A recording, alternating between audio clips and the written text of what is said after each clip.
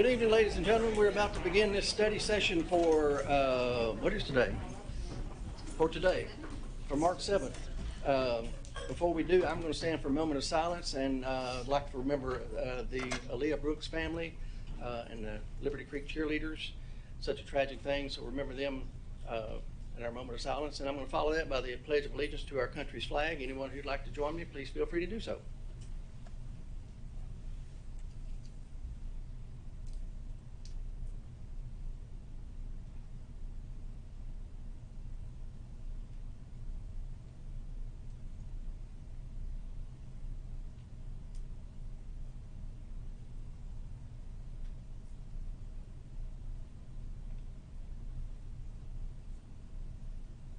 Please join me in the pledge. I pledge allegiance to the flag of the United States of America and to the republic for which it stands, one nation under God, indivisible, with liberty and justice for all.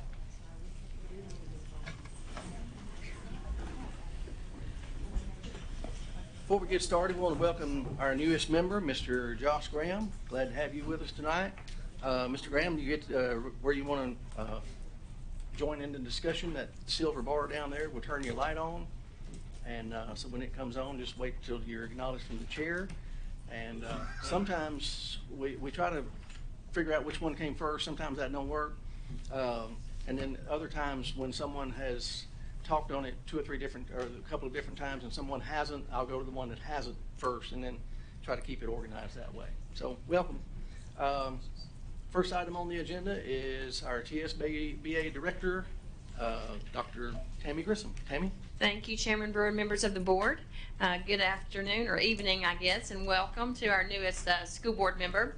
Our task as your search firm was to collect applications for your superintendent of schools position, and we did that. We had a total, and I know we've shared this with you already, of 16 applications. Those applications, the hard copies, have been given to the chairman. He has those if you would like to go through those. I know all of you received a link that had those applications in there prior to me coming this evening. Our job as your search firm was to review all applications. We had a screening committee that went through all applications for a couple of days, and our job was to select the candidates that best met the criteria that was adopted by this board. The first thing that we did was to make sure all applicants met your minimum qualifications. And so for those that did not, we had a total of 5 that did not. Out of the 16, 5 did not meet your minimum qualifications. We put those aside, and then we went through the other applications. We have prepared a notebook for you all that Jeremy's going to pass out and help me in just a minute, that will have a sample interview guide in the front pocket. That interview guide has questions that are directly tied to the criteria that this board adopted that you can use if you choose to during the interview process. It's up to this board what you do, but there's some other processes that we'll go through the notebook.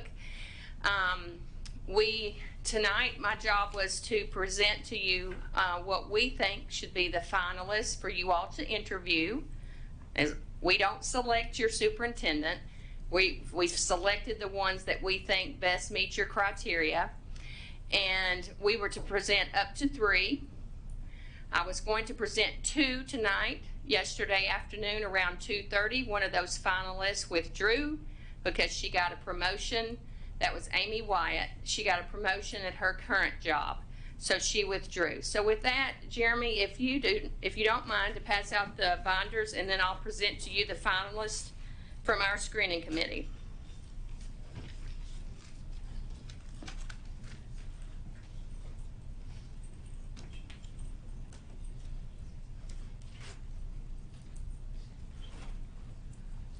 Once you receive your binder, if you will turn to, we're going to start in the back. We're just going to start with tab 1, and I'm going to present to you the finalists that we are recommending.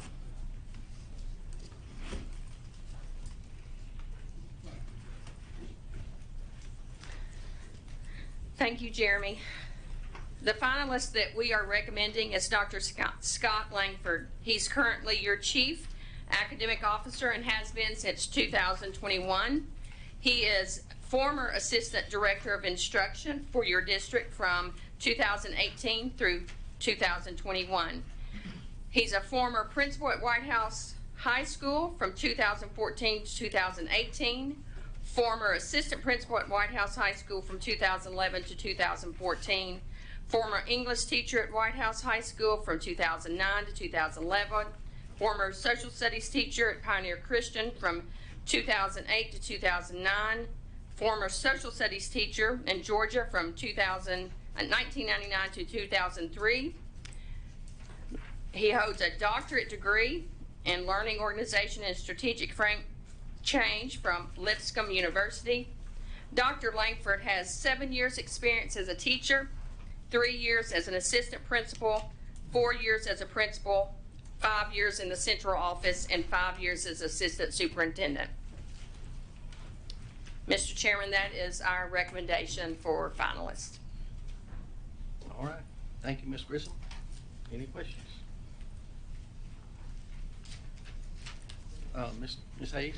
Yes, thank you, Chairman Brewer. Dr. Grissom, who served on the selection committee to provide this tonight? I cannot share that with you. Okay. How many? There was a total of 5 of us. Okay.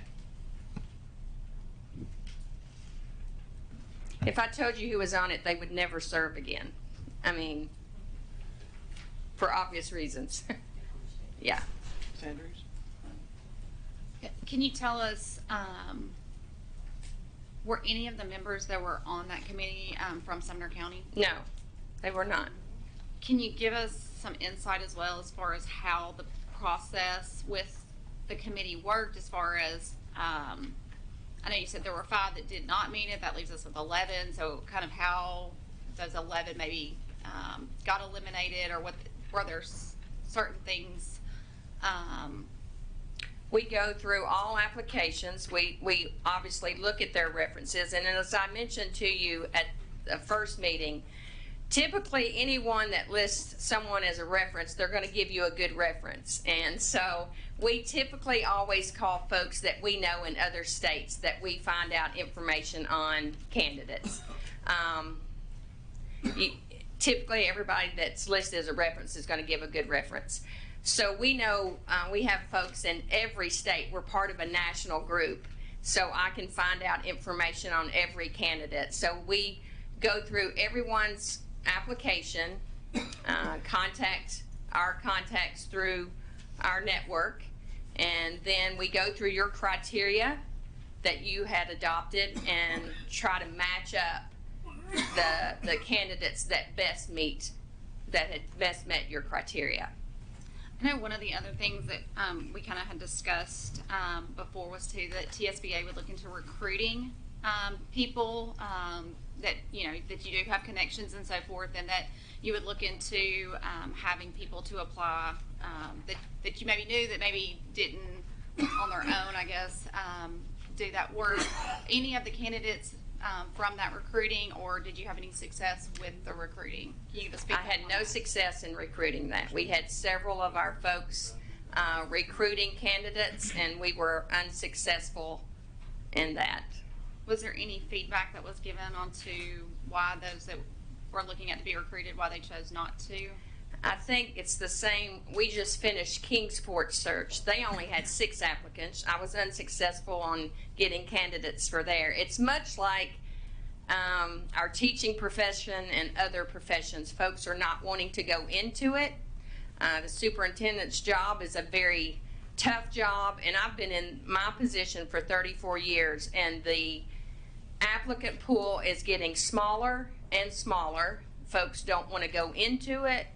And if they are somewhere, they're just going to stay. And, you have, depending on the candidate, if you're in East Tennessee, you may not want to move 4 hours to Middle Tennessee. So there's lots of factors of why folks do not. But I can tell you it is tougher and tougher doing searches. And we've done since last year almost probably about 8 or 9. And I have no other answer for you than that they just don't want to do it. Thank you, Ms. Andrews. Mr. Lacy? So were you involved in the process of picking one candidate? Yes. How come none of the other candidates qualified? I know we got one guy that has 23 years experience in central office. He was the superintendent of the year for Tennessee. How come he didn't qualify? We didn't think he best met. If you'd like to discuss any of the candidates, you can call me tomorrow. Well, I mean, we hired the TSBA Yes. to get us qualified candidates. And I remember we rushed at this process because we needed more candidates. We eliminated almost every principal from our county to apply, and then you hand us one name. Yes, you asked, and you have a very good question, Mr. Lacy. Our job was to present you with the candidates that we think best met the criteria that this board adopted. And we presented you with what we think are the best that met the criteria. There are reasons. If you'd like to call me tomorrow, I'll be glad to discuss with you. Okay, and I'd also like to, there's another candidate from Galveston, Texas that has 8 years experience in central office. That's more than Mr. Langford has. I just find it amazing that we only have one candidate that you presented to us. As I said earlier, we have contacts and we have reasons when we went through reviewing. And if you have time tomorrow, I'll be happy to talk with you, Mr. Lacy. And like I said, I know there's another candidate that's actually in our county that's been in our school system for 23 years, or wait a minute, almost 30 years, that got notified that she didn't make the cut. Everything we've done as a board is to get candidates, and we've done nothing but eliminate candidates. It's amazing to me. Mr. Lacy, Mr. Lancaster? Is it, when you normally do this, how often have you only provided one finalist? About a month ago to Kingsport, Okay. And- provided one.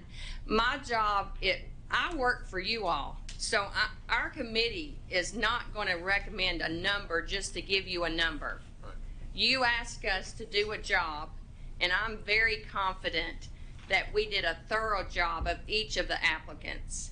And I have no reason not to do a good job. You're our members. I work for you, and we just did the legwork for you all. It's ultimately this board's job to pick the superintendent. We were just hired to do the legwork for you all.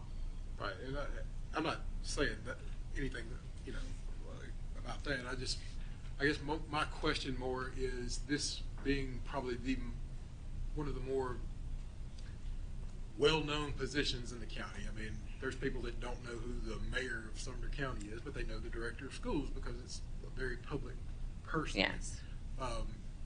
It concerns me there'll be a lot of public perception if we don't have a interview process with at least two people for the public to at least say, hey, we got two people to compare. Right. If nothing else. And that's totally up to this And board. I I'm not understand that's telling up to you. us. I'm just saying in yeah. your previous experience, do you Yeah. find that has been a case in the past where like a school only had one candidate and there was backlash or whatever? No, actually, the one that was Kingsport just had one, and they ended up by the end of the meeting, they went on and hired that. It happened to be their interim that was selected. This board can do what it wants to do. We're recommending what we think are best. You can interview as many as you want, but our job was to screen and present you with what we thought was best. But at the end of the day, you can interview whatever number. It'll be up to this board who you interview. Thank you. So when you were looking at the search criteria and you were trying to determine, who would be the best candidates, was there like a scorecard? Like were certain points assigned to certain criteria? So it's just subjective? Mm-hmm. Okay. Can you, without talking about specific candidates, can you give any like generalizations why some other applicants didn't meet these criteria? Maybe some did not have any principal experience. Some may have been in a district, but the district was the size of 721 students. You know, my job was to find candidates that best met the criteria for the size district that you have. So there's lots of factors that went into each individual candidate without me talking about one in a public meeting. But that's what we look at, the size of districts people work for, actually what their job descriptions. You know, sometimes when you look at a title, then you look at the job duties that went with the title. There's lots of different factors that you have to look at with that. Can I follow up on that? Hmm? Is there any way that you can email us kind of the specific criteria that you No, didn't sir. see? No, So I just feel like we're blind. I feel like we've not been given information of why the other candidates aren't If you would adequate. like to call me tomorrow, I'll be glad to talk with you over the phone with information. Yeah. Will that phone call be allowed to be recorded? No. Thank you, Mr. Graham. I didn't see who was first, so we'll go with Ms. Hawkins. Is there a second or third place recommendation? We had two, and the other one withdrew yesterday. Yeah. Okay. Thank you. Mhm. Ms. Hawkins, Mr. King? Yeah, so when you mention the criteria, I'm looking on, page 4 here, this criteria, but are you talking about criteria that we as board members reached out to you personally? Is that really what you're going by? Are you going, because this criteria here is like the survey results, right? Right. So are you, when you say I'm you using use, all the criteria that the board adopted, the comments that you all made to me, and then we also not know what you look for in a superintendent. yeah. You may be a good candidate for Metro Nashville, but that doesn't make you a good candidate for Sumner or Hancock County or Lewis County. It's just different. So qualities. when I spoke with you and I said, hey, here's criteria I would like to see, and I said I would like to see a proven track record of increased test scores.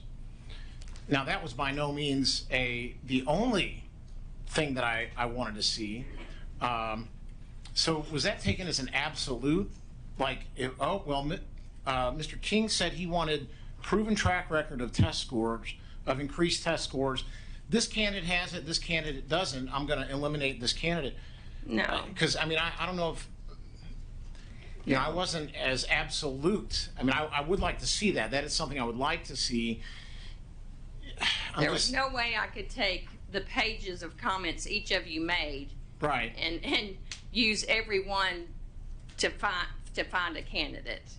So it came down to your subjective opinion about who is the best. And the committees, yes, sir, it did. Your committee, on the TSBA committee. Yes, we bring in outside folks that are not on our staff. But it's like I said earlier, you do not have to accept my report if you choose not to as a board. Yeah. You all can interview anyone that you like. You just asked me to do a job of screening these applicants. If you don't like my report, I'm okay with that. Right. You have all the files and you all can interview anyone you like. Okay? It just seems really strange. It's just really strange to me that after I went and looked at all these candidates, that they don't meet. None of them meet the criteria. You said 3 met the criteria, 1 pulled out, No, I said there's 5 that didn't meet the minimum, 5 that didn't meet it. which was a doctorate, and 5 did Right. not have a doctorate. Yes. Right, but then you said there were 2 or 3. You may meet some criteria, but does that make you the best candidate to be a superintendent? You can be a great teacher or a great principal, but doesn't necessarily mean you're going to be a great superintendent. Right, but that's not for your committee to decide. That's for us to Actually, decide. Our committee, it was our job for us to review and make our recommendation. My report here tonight is our recommendation. this board, it's your job to pick the Yeah. superintendent. So if you have candidates that you think would be great superintendents, then perhaps this board should interview them, is my Right, I mean, point. I'm just saying, we had candidates that were multiple years as superintendents, and they didn't make the cut. You don't have all the information. There's things that we know about the applicants that I'm not going to put in writing, and that was our job to do that for you, is to find out about other applicants, all the applicants. And our job is to contact people that know those folks to see if they would make a good superintendent for this size district. I just want to express my frustration, because I would like to have some options. You do, sir. You have options. This was just our recommendation, sir. You have Yeah. all the applications. I gave those to Mr. Brewer. You have them in the link. This board can interview all of them if you choose to. I'm just saying our committee is recommending this. And so you do have options. Because ultimately it's up to this board who you interview and who you select. Thank you, Ms. King. Ms. Hayes? Yes, thank you, Chairman Brewer. And Dr. Grissom, I know that there were probably a lot of man hours by this team to go over these applications. So I've heard you say multiple times that we could call you, because each of us have probably spent some time looking at the applicants that were sent to us and the attachments and all the references that were given. So at this point, when we have a phone conversation with you, and maybe we have been looking at 2 or 3 of the applicants, you could express to us, we can ask you questions and you can answer us on the phone without being recorded. Then we can go to bat for a particular person that we would want this board to have a chance to interview besides the recommended person. Absolutely. Correct? I mean, you don't even have to ask me. You can go through your own review, and if this board chooses to interview them, that is totally up to you all. You don't have to call. You don't have to get permission from me to interview anyone. But we can use you as a resource. You can call and I can share with you. Yes. That would say, well, no, this person in my mind that I might be looking at, well, maybe Right. no, maybe they don't fit. Yeah. Yes. Okay. Yes, ma'am. Thank you. Hayes, Mr. Graham? Listen, I'm very grateful that you've done all this work. I mean, you know, I'm sure it's a huge undertaking to look at all these candidates.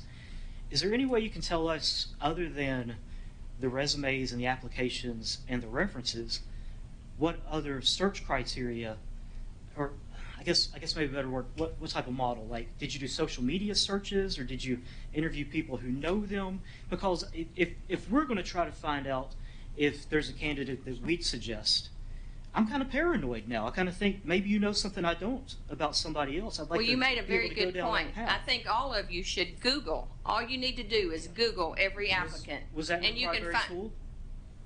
That's the first thing we do, whether it's a superintendent search or hiring someone on our staff. Google somebody and you can find a lot of information on a candidate. So yes, I would, it's your job to do your homework as well. And you make a very good point. You should Google. You should go find out information about each of those candidates as well. Are there any other sites that you suggest? No, I mean, you can go to any, but to me, that's one of the first things that I think you should do.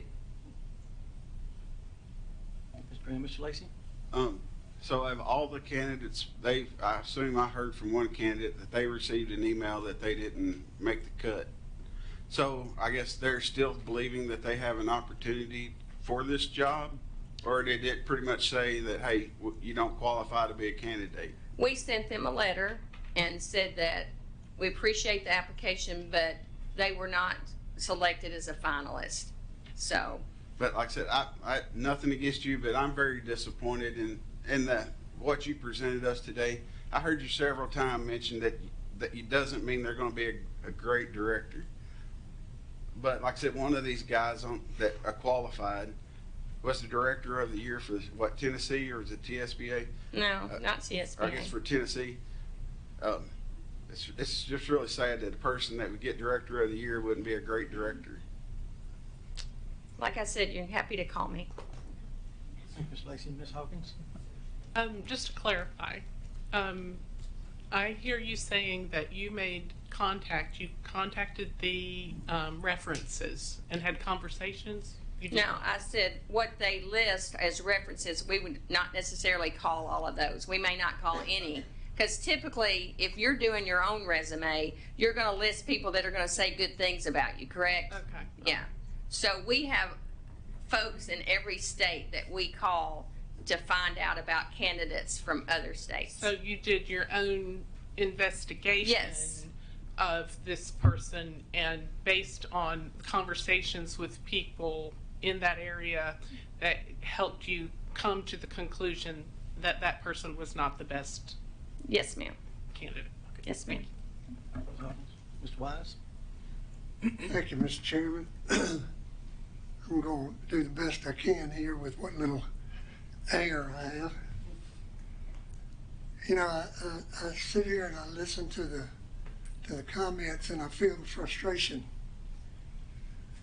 But I'm telling you, folks, that's where we are in this country.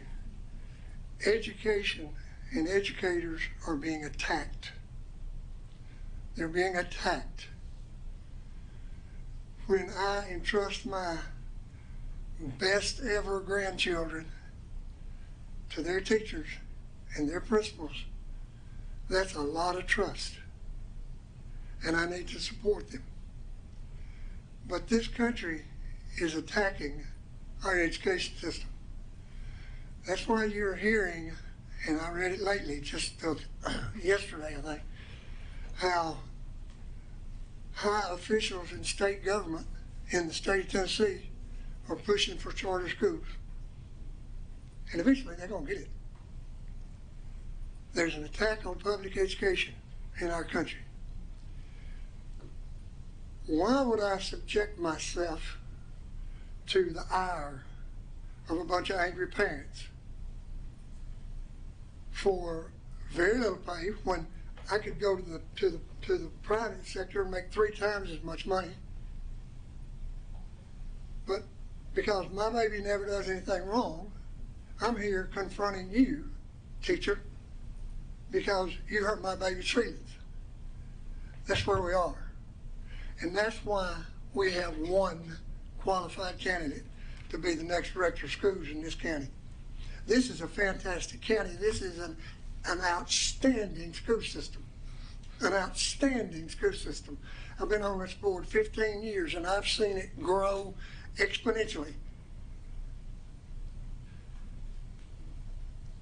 But if we don't quit attacking, we're not going to have nurses in our schools. We're not going to have SROs in our schools. We're not going to have principals in our schools. We're not going to have teachers in our schools. Why? And I'm telling you, education is a calling. It's not a job. It's a calling. And I believe that with all my heart. I said it way back when we first started talking about searching for a director. Back when we found Dr. Phillips, 12 years ago, we were looking for a fixer. We are now looking for a sustainer, and I still believe that. I don't know if this candidate's the right one or not. I don't know. A lot of prayers got to go into it before I know that. But that's where we are, and that's why we have one candidate to fill this position. And I understand the frustration, but the frustration doesn't do you any good. All it does is hurt you. It doesn't hurt anybody else. It hurts yourself. Thank you. Ms. Wise, Mr. Graham? I don't think we're open for discussion, but with all due respect, we had 16 applicants, 5 didn't apply, or 5 didn't meet the qualifications. That left 10. 2 were chosen, 1 got a better job, and by my calculations, that means there's 8 more who still want the job. So we have more than 1 applicant. Ms. Graham? Oh, Ms. Andrews? Yeah, I do have just one quick question. I know that we did have one applicant that was a late applicant. Was that applicant considered the same as the other 15? Yes. Ms. Andrews? So will we, oh, sorry. Mr. Lancaster? I almost saw your light. Did your light go on? It did, yes. I'll let Mr. Lancaster go ahead. You can go ahead, Mr. Lancaster. Click on the draw there. So I assume at the meeting, our full meeting, we will vote on the interview, the next level that we do interview, and if we decide to interview an additional candidate or candidates at the full meeting in March, is that how that would work? I think we have to, and you can help me with this guideline, Dr. Grissom. I think our next step would be to interview, we go to the interview of the candidates. Is that correct? Yes. I mean, you all need to I don't decide have who you're timeline going in to front of interview me. and then That's- select the dates. Yeah. Yeah, we need to select a date. Right. I guess what I'm saying is, just, we would obviously have to vote to add, you know, if we looked at us and said, hey, we want to, just for, you know, we would have to vote on that, so that would be at a voting meeting. So, we would, okay, that's kind of what, because I mean, Yeah. obviously, there's people that might have somebody that they thought would be a good secondary choice, or somebody. that we wanna Absolutely. interview. We want to talk to you, make sure that there's not something that we don't know from our Google and everything else that we're not aware of, that you might be aware of. Right. Because last thing I would want to do is say, hey, this is the person, and you would be sitting there like, I know something you don't know, and you know. So I feel like there's people that will reach out and ask, but if, Yeah. you know, we do decide to at least interview someone else, I just need to know what that process is.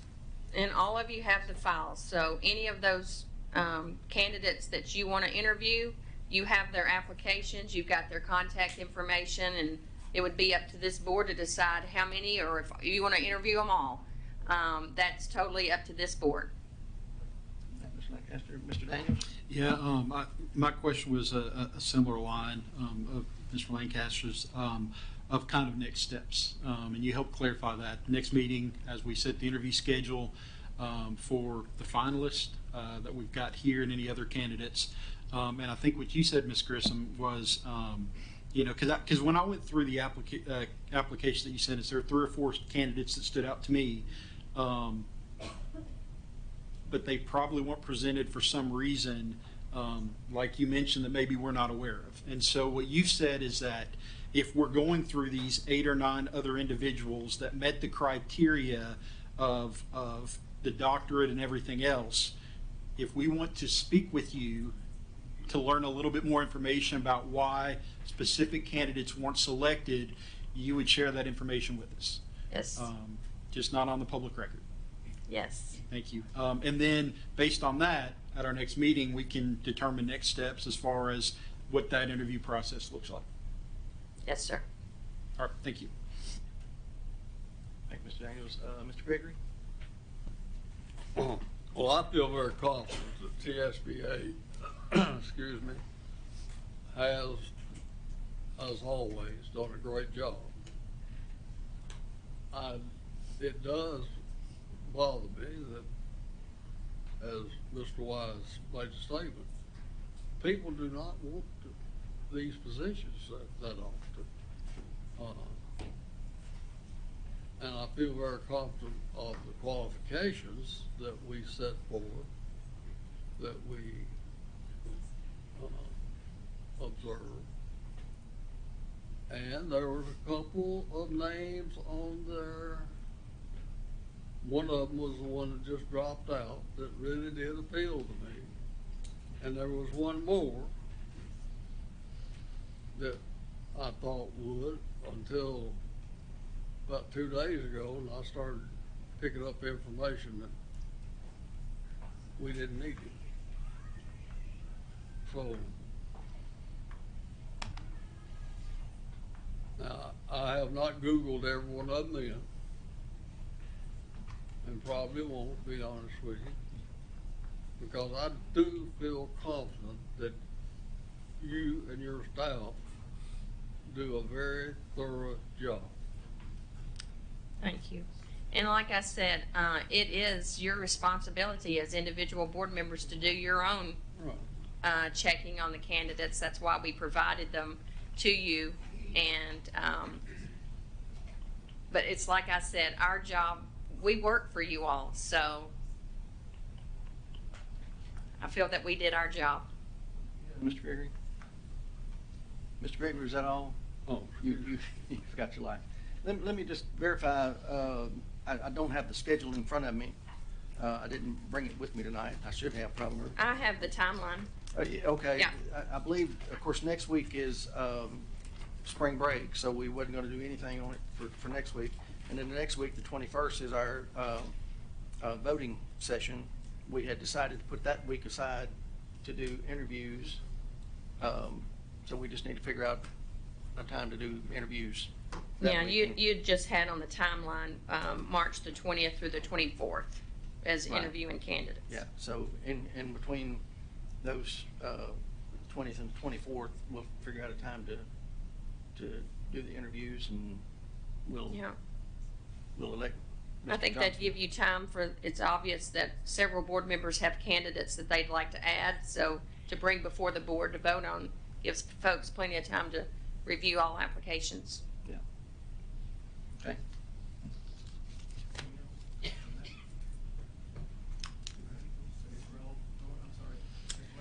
What would that look like? I mean, would we vote on whether we would allow somebody to be interviewed, or how would that process? Yeah, it's a board vote. Yeah. Mr. King? Would we need a special call meeting? Or, 320 through 324, we begin interviewing candidates. If we're gonna vote to add a second candidate, I mean, they're gonna need time to, to be notified. So our next board meeting is the 21st, and we vote on adding another candidate. How are we gonna begin the interview process at that point? Probably do a special call meeting. Okay. And you can adjust your timeline, that was a proposed timeline, and, you gotta work with all your schedules, and if you add candidates, you'll have to see when they can be here, so your timeline can be adjusted to accommodate the board. Yeah, we can work that out. All right. I think we're done with that subject. I don't see any other lights on, so we'll move along. Thank Dr. you. Grissom. Thank you. for being here. Thank you for all your work.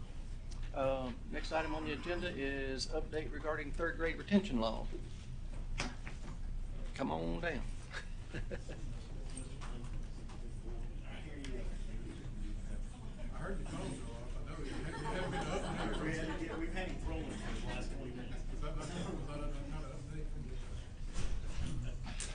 This one is really easy. There is no update on third grade retention. Everything that was on the legislative calendar for tomorrow has been bumped back a week, so we wait. Just so you're aware, we've obviously got to go ahead and plan for what we're going to do for the summer.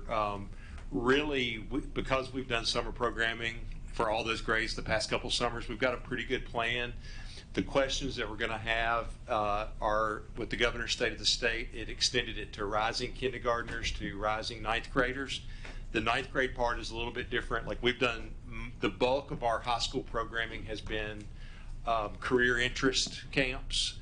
Those have been really popular with our kids. Obviously, if we're rolling a ninth grade camp, that would be a little bit different because it would be a way to kind of transition kids into high school to be successful. So that's going to be the rising kindergarten is going to be one that's that we have the most questions about how to do well, because if you've ever been around an elementary school when kindergarten starts, it's tough on parents, it's tough on the children. And so to try to figure out, you can't really do we don't run every school as a summer start. It's not a good practice to take kids that are going for their first time to school into a building that's not theirs, that's not their school, with their teachers. So we'll have to think through how we're going to be able to do that for kindergartners. But we're working on all those things. So hopefully, as soon as we get word from the legislature, we should we were promised some guidance on the summer camps. this week, so hopefully we'll get some information from the Department of Education this week, and as soon as we get anything that we feel good about, we'll pass that on to y'all as quickly as we can. Mr. Lancaster? I got two questions. First, so right now, I know they're doing benchmark testing, and I know the benchmark testing is the one that most mirrors the TCAP, right? Yes, sir. Yes. Remind me again, when is that graded back and the parent will be notified? Because I know that's the one that's the closest. Yeah, so for third grade, we will send that, they'll finish this week before spring break. We will send that off. We give, like, the tests, the benchmarks that are given in middle school and high school, we do it online, so we get the data back almost instantly. Because the elementary kids take it on paper and pencil, we give them the benchmark in paper and pencil. So it's a similar type experience. So we expect, I believe it's around the last week of March. So we hope by early April to be able to communicate with parents, kind of like what we did with the the literacy home reports that we sent home around February 1st.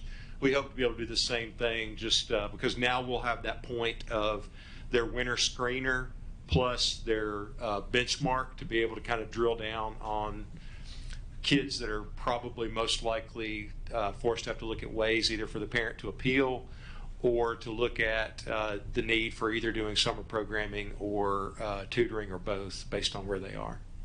Okay. Second question, Sumner Scholars. I know with this, especially for elementary kids, we could have staffing / logistic issues if we have more kids that need to be for the third grade summer remediation than just the summer scholar. What is the plan for kids that may have signed up for Sumner Scholars, but then now we don't have enough that we are we going by when they enrolled in Sumner Scholars? How do we know how that's going to work? The ones that we have to say, hey, I know you signed up, but we're not going to be able to. Do we have a plan that we're going to put out that's like, this is, you know, how we're choosing who gets to go in and who doesn't?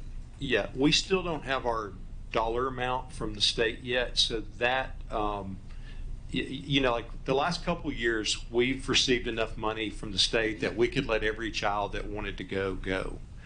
And we've had plenty of teachers that have been willing to teach. So we really haven't had to do any screening except just for parents that wanted to have their children enrolled in Summer Scholars. And it's gotten bigger each summer, each of the last 2 summers.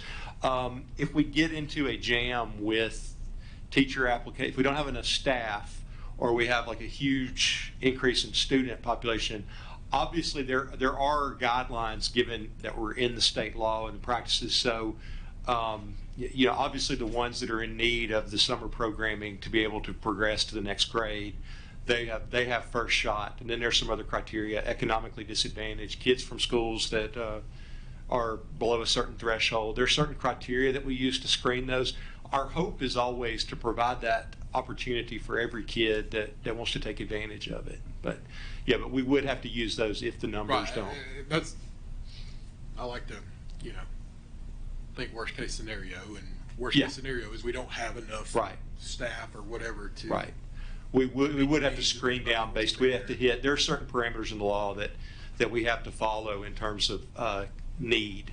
Okay. And then we can supplement in. That supplementing in is where, you know, we'd prefer just to be able to take everybody, because it's hard to say, well, your child gets in but yours doesn't, and you know, here are the criteria we used, but we want to be, you know, I'm hopeful that we'll be able to do like the other summers and roll the majority of kids in. Okay, thank you. Thank you, Mr. Lancaster. Mr. Daniels? Yeah, just a quick question. I mean, outside of expressing our displeasure in the law itself, have we done everything that we've needed to do from a policy standpoint? Like, I feel confident based on the conversations we've had over the past couple months and the communication that's gone out that we're doing everything that we need to do. But from a policy standpoint, from a board standpoint, have we done everything that we've needed to do up to this point, and now we're just waiting on the state to come back and say, sorry, we screwed up, we're going to change everything that we said previously, hopefully, and then we can, make adjustments at that point, or are there any policy things that we need to be looking at right now, or? I don't really see anything, because a lot of the things that are there are in the state law, so we have to follow the law. I think the things that we've tried to address and work on is, especially in third grade, for instance, like we're going to give a second grade. We're not going to make it a big deal, because we don't want to push testing down and that stress down into second grade, but we do want to give a benchmark just so we can see where second graders are, so that we can start our interventions at the start of second. I mean, we have ongoing interventions from the time kids walk into kindergarten.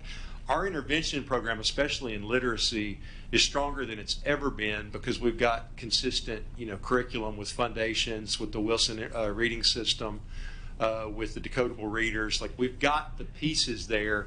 It's letting that process work. In terms of, we've seen an uptick in tutoring requests and the number of teachers tutoring since, this became really serious after Christmas. We have seen a lot of work done. Now we're looking at that, because if they can get above that 40th percentile on the screener that they'll take in the spring, then that makes it where the parent can appeal to the state to avoid the retention law. So, in a sense, the law is having an effect in terms of what we want to do. Like, we always try to work from the positive instead of the negative side of the law. Like, what we want to do is have conversations as soon as we can with parents through the home literacy report and our other data points, to be able to provide parents the information that they need, and to seek out, to partner with us to provide the interventions that their children need. I think that's especially important as we have more and more families moving in from other states and other parts of the state, where they may not have the same programs and interventions that we have. So some of it's just going to take a little time as we continue to wash out the effects of COVID. But I think it's, the tools are there. I think our policy is solid. I mean, obviously that would change if the law changes, but right now I think we're pretty good. Thank you. Mr. Daniels, Mr. Graham? Dr. Langford, is there any means to know what percentage of parents are not aware of this law and don't know that it's going to be affecting their students? I mean, I'm sure that there are some that don't know. We have tried, like every third grader's received a communication from the school, paper copy, remind. We plan, Mr. Lancaster and I talked I think it was 2 meetings ago, about doing some Facebook Lives and things like that, just to try to, I mean, how it is today, people don't get their information from one source. Right. We try to hit as many different sources as we can, but we're not real confident doing a Facebook Live until we have more. I mean, you hate to do a Facebook Live and the next day something drops, and then you got to go back on and say. Pardon my ignorance as the new guy. When were those communications sent out? What now? I'm sorry. Communications to the third grade parents that this law has been implemented. When were those sent out? Yes, some went out. We sent a preliminary communication the last week of January that said your home literacy report is coming. The home literacy report is supposed to go on February 1st. I believe we were on a snow day on February 1st. So whatever that first day back was from snow, those reports went home. But I guess, let me clarify. Have they been given third grade parents, have they been given a communication which states that this law is passed and it could be applicable to their student? Yes. Okay. Mm-hmm. Just Yeah. double Yes, check. sir. Thank you, sir. Yes, sir. Mm-hmm. Mr. Graham? Just real quick, I can follow up on that, because as a third grade parent, I got a letter that said, hey, this is law. And then I got a second letter that had the initial. Yeah. So we've had, just to catch you up, as a new board member, but we had there was an initial screener that was the Easy CBM scores, screeners. So it had 3 different criteria, and it was more, but it doesn't follow TCAP as much. But the parents were notified and said, if your child is above 40,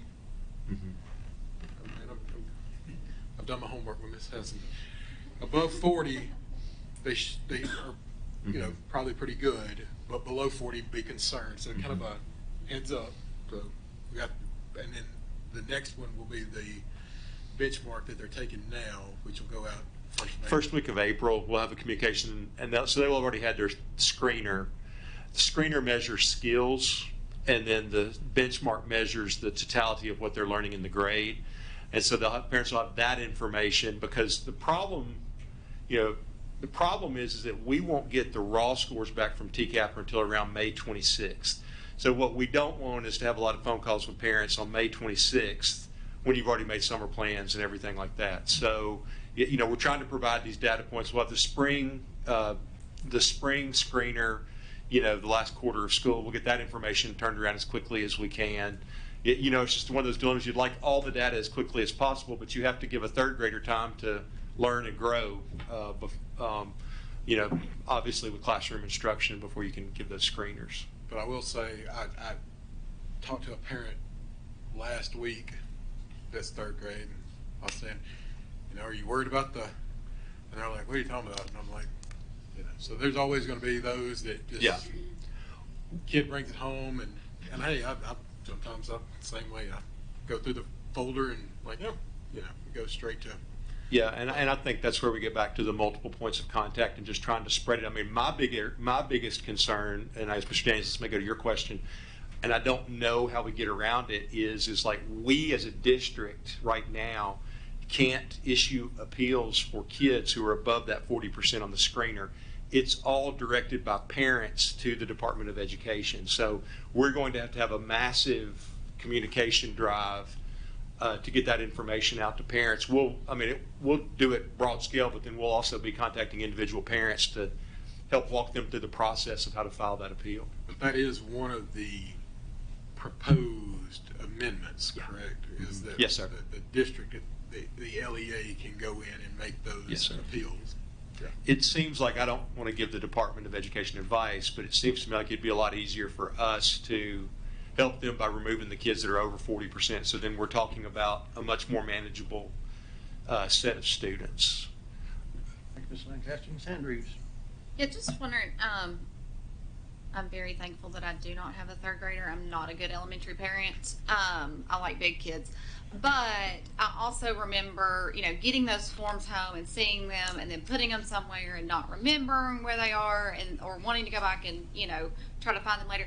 Is this information too that we can have on Skyward for our parents? Is there some type of tab or so forth so that they too can go and see and do some type of comparison even so that they can see the growth that their student had or I know in middle school we have CFAs, so I can kind of see what my kids are doing with those. They're tracked through the report card.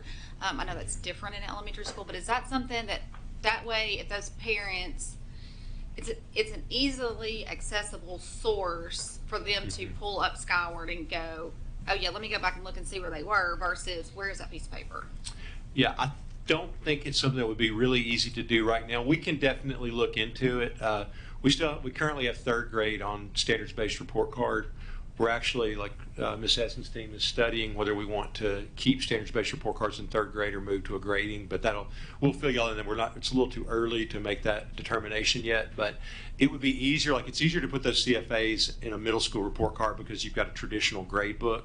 We can try to find if there's a way, because I agree that would be easier to do. It's a little bit. I'm a little hesitant to put anything else on teachers right now to put into a grade book. But I would say at a minimum, a teacher would always be happy to have the conversation with a parent about. Because honestly, if you wanted to know now, that winter screener was a snapshot of time, a month and a half ago. You would really, I think, it'd be a great conversation between a parent and a teacher to have. Where's my child? How's my child progressed? What are you seeing?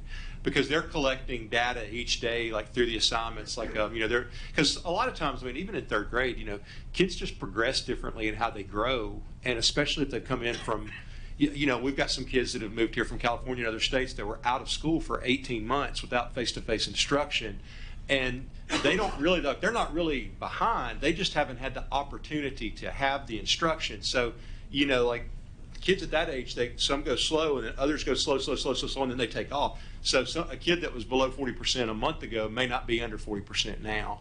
So it's really I would say that change is so fluid. It's really would be my advice would be to shoot an email to your child's teacher, but we can definitely look into see if it's something possible. Yeah, I think we can put on sometimes just Scholar. having those two to, like, I'm a data person, I like looking at Right. the numbers and stuff like that, but I don't necessarily want to have to ask my kids to, you know, or Mhm. like I said, or to even Sure. just go back and compare. No, I you know, totally or get agree. it from, you Yeah. know, 4th grade and be like, okay, well, where were they again in 3rd grade?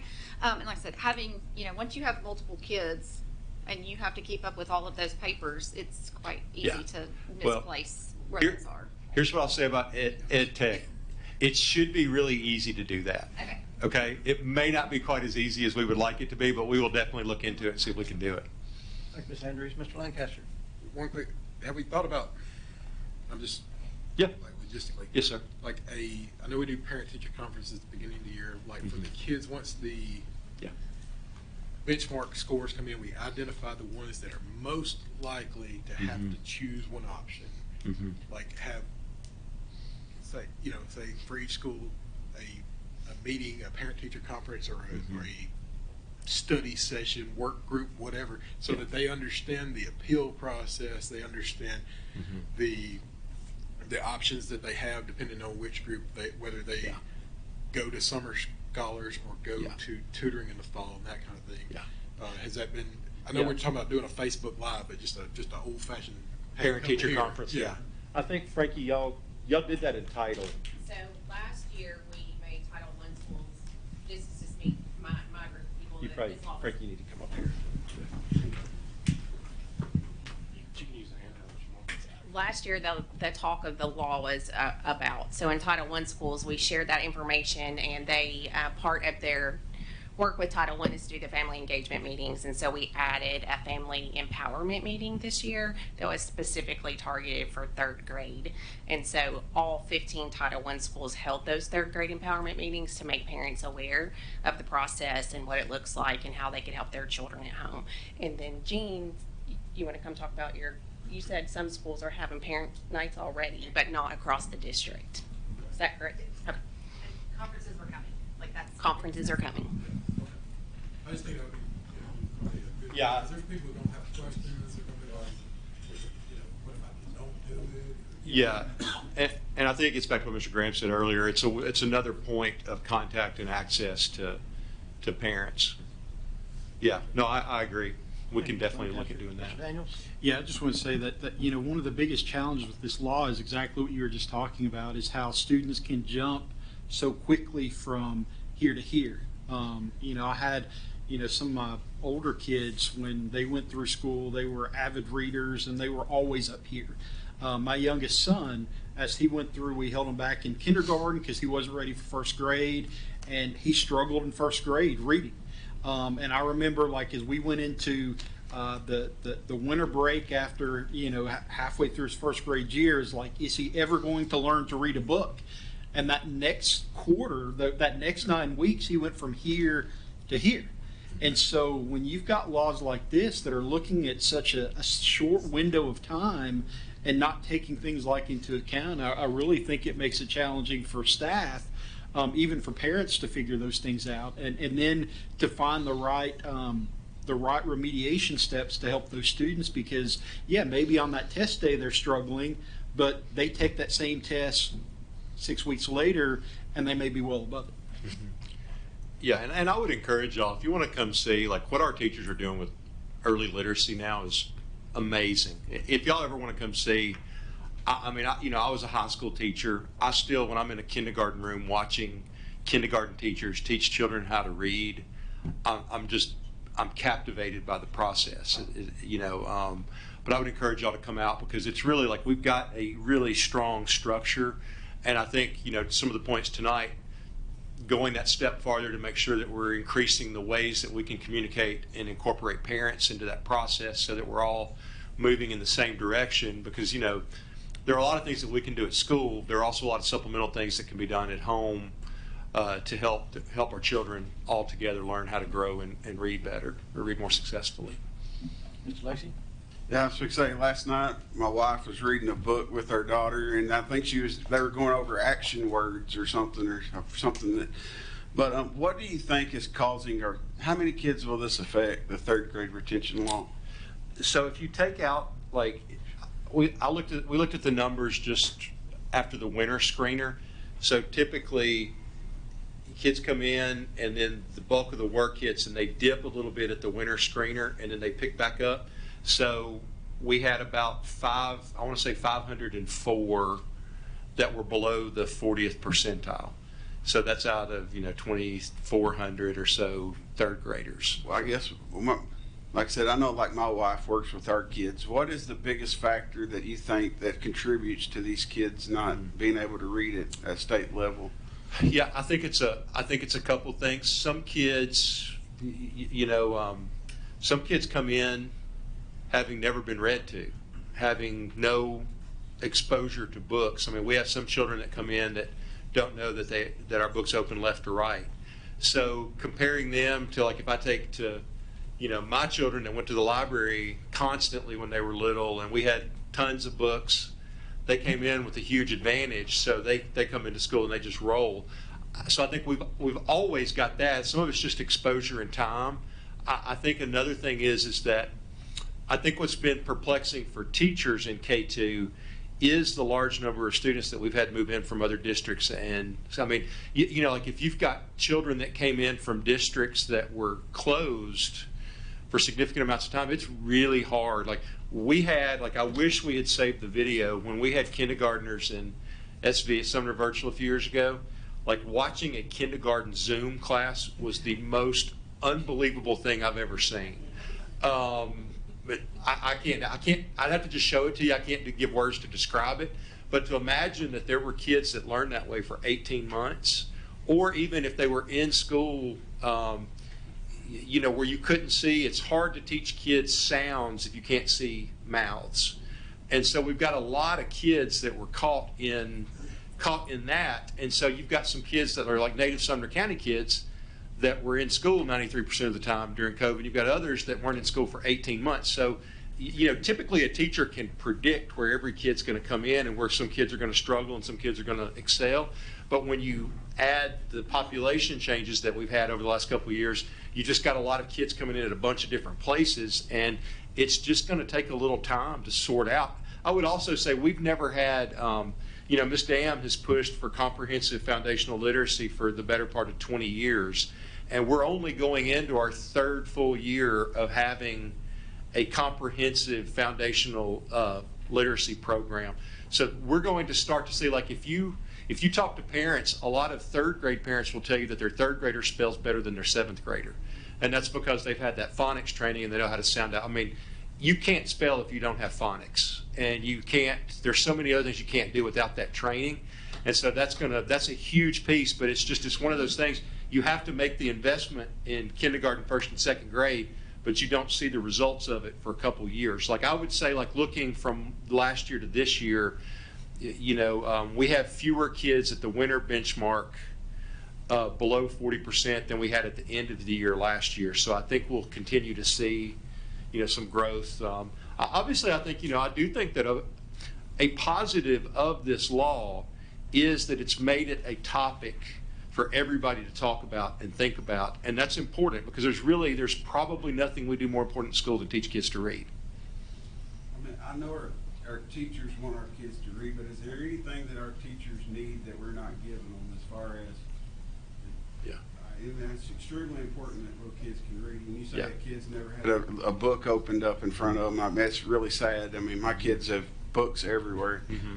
And they get read to quite often. It's just extremely sad, and it starts, I guess, at the home. It does. With the parents. And I think sad. I know you look at like what Dolly Parton's done, trying to push books out, and there are a lot of programs like that. I think it's just, building, if we look beyond what we do, it's building community partnerships, partnering with churches and civic organizations around just to emphasize the importance of early childhood literacy, and that it doesn't start, it starts as early. The research shows now that it's not even about reading, it's talking to kids. A significant number of children under 3 have no adults that interact with them or talk to them on a regular basis, and that's where they learn the initial language that comes to them when they later learn how to read. So just even talking to children early on for a certain amount of time a day will boost their literacy later. It's, there are a lot of, it's one of those things where I wish there was a silver bullet that we could pull the lever on, because we would, but it's going to be a whole bunch of things. But, if we can take this to a positive approach, it's everybody working together and identifying as a community, we've got to read better and we've got to do whatever we got to do to help our kids. And I think that's the problem. I wish that I could say here, 2 or 3 things we could do, but I think probably I think what Ms. Skinner introduced is, most school districts have a legend that Title parents of economically disadvantaged children aren't engaged in their children's education. They absolutely are. So you used to not have a lot of parent nights. Well, what we've seen at our Title schools is we're having 300 to 500 parents show up when they had their big community events. And so that was the first step when Ms. Skinner took over Title, was to move towards getting that mass involvement of parents to build a culture and build a relationship of what our kids are capable of doing.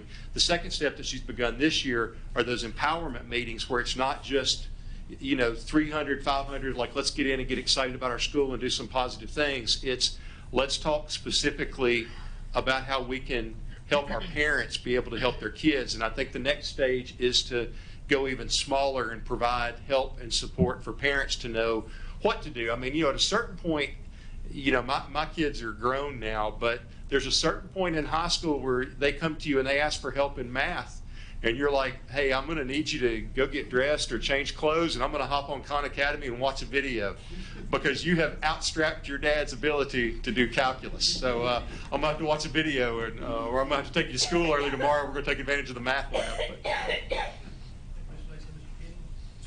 Yeah, just at the last study session, I had talked about 4th grade and what would happen to a student that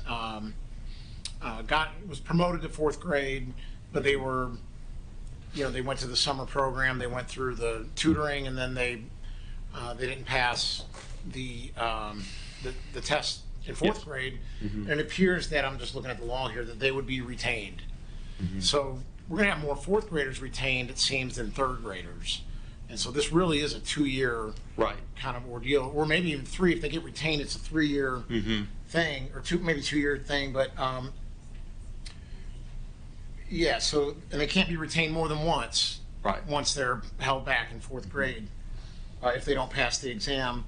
And also, I have another question about students with disabilities, and I can't remember where I saw it, but there was something I read. Forgive me for not having the source, but that allowed for LEAs to have some discretion with students with IEPs in reading, and I know with students, you can't hold a student back because of their disability, but can you just explain again on disabilities and how this law would affect them? Would some of them be retained and some not, or I'm gonna let Ms. Dam answer that. So it's going to depend on the student with a disability has a reading-based disability or a disability that may affect reading. So a child that has just an articulation problem, they're identified as a student with a speech disability. That doesn't necessarily affect reading.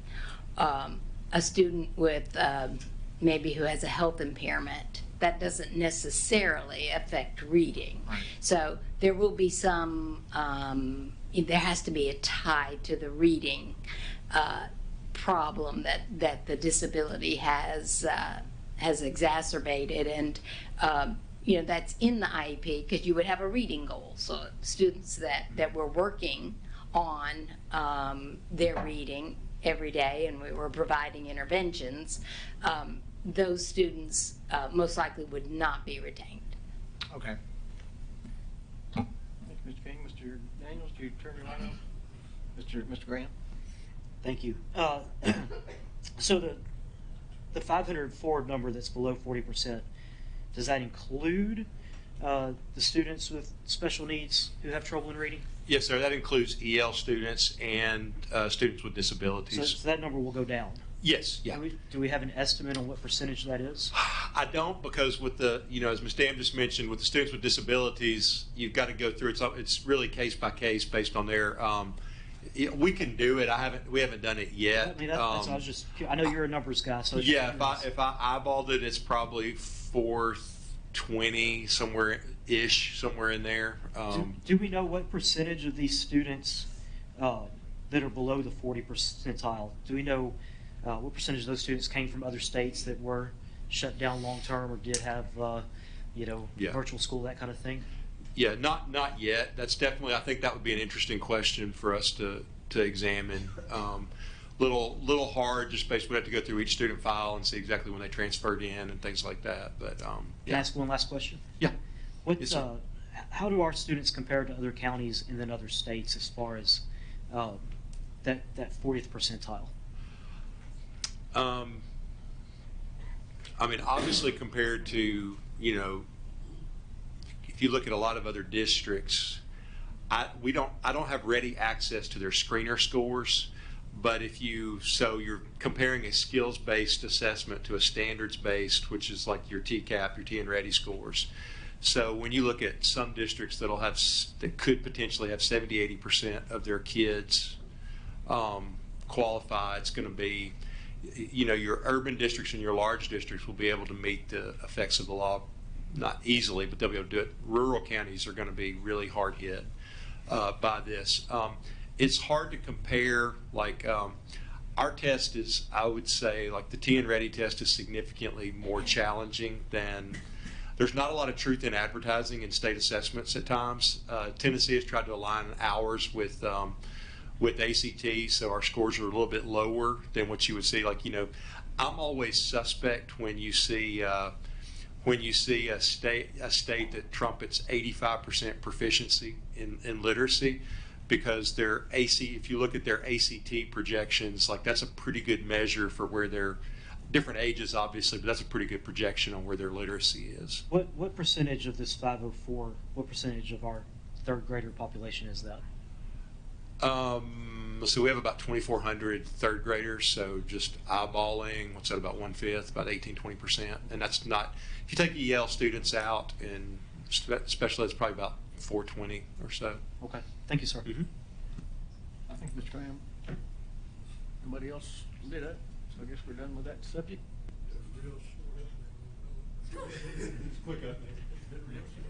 Okay, that's good. Okay, next item on the agenda is presentation of math textbook adoption committee recommendation. I'm gonna let them talk because Stephanie and Karen ran this program. I just want to brag, and I don't want to step on because I got a slide about this a little bit, and I know we're pressed for time, but I do want to say that they've done an exceptionally thorough job of reviewing math curriculum. Well over a year total spent in addition to the time looking at the actual textbooks. Stephanie served as a state reviewer, so they've really both dug into the work, and excited for them to share the outcomes from the adoption process. Right, so as Dr. Langford said, I'm Stephanie Miller. I'm one of the high school instructional coordinators, and Karen Medana is the elementary instructional coordinator.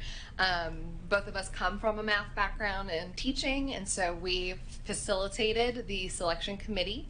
Our role in that was to make sure that the committee members had what they needed to be able to make an informed decision. We are in an adoption year in the state of Tennessee, primarily because our math standards have been revised, so we are looking for curriculum materials that align to those state standards. So we're going to kind of walk you through the process that our committee went through, give you the recommendations that they came up with by grade band. We have a couple of those committee members who volunteered to share their rationale tonight, and then we'll take questions at the end.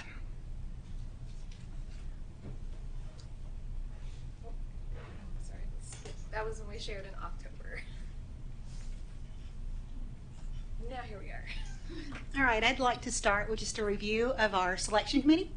We had 49 teachers representing 33 different schools across the district and all 9 clusters, including Merrill Hyde. We had 11 lead educators, 15 school leaders, that included principals and assistant principals, and 10 parents. So as you can see, this committee was quite large and well represented. So this is just an overview of our timeline of where we started and where we currently are at. Stephanie's going to go into some more details about specifics, but as you can see, we started that work way back in August. We met with our team, our math leadership team, to review our standards, what they are and where they're going with the standards crosswalk.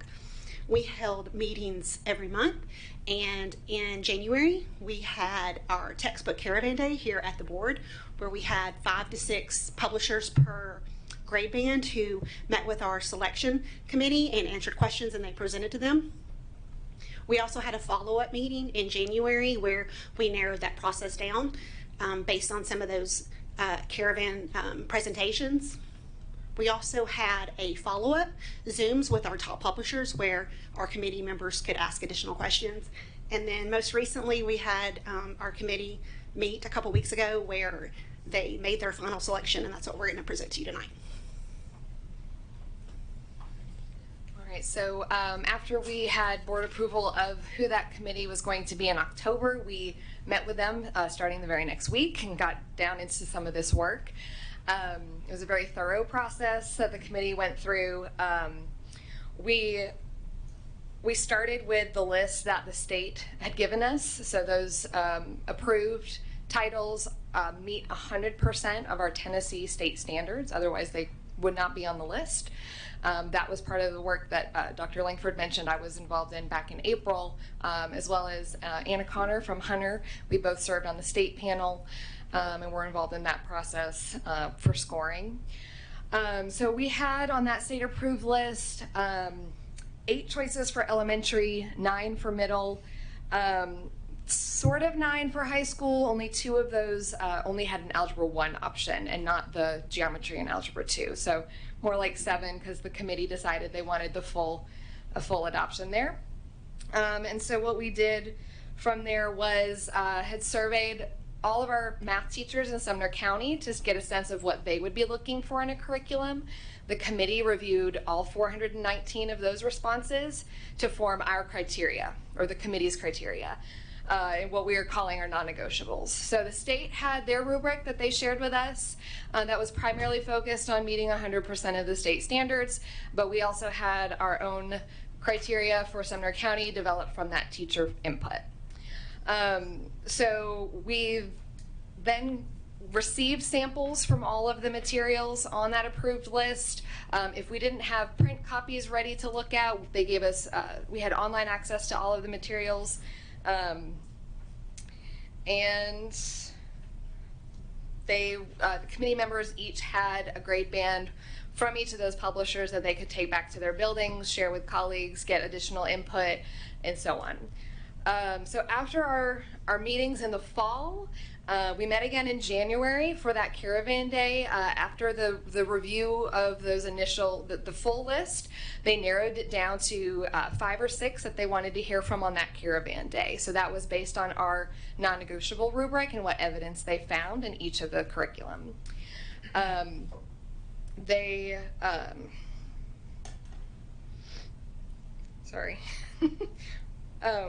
From that caravan day, we had the committee members submit scores. So that non-negotiable list was a rubric where they scored out of 4 how strongly they found evidence of those certain items in the curriculum.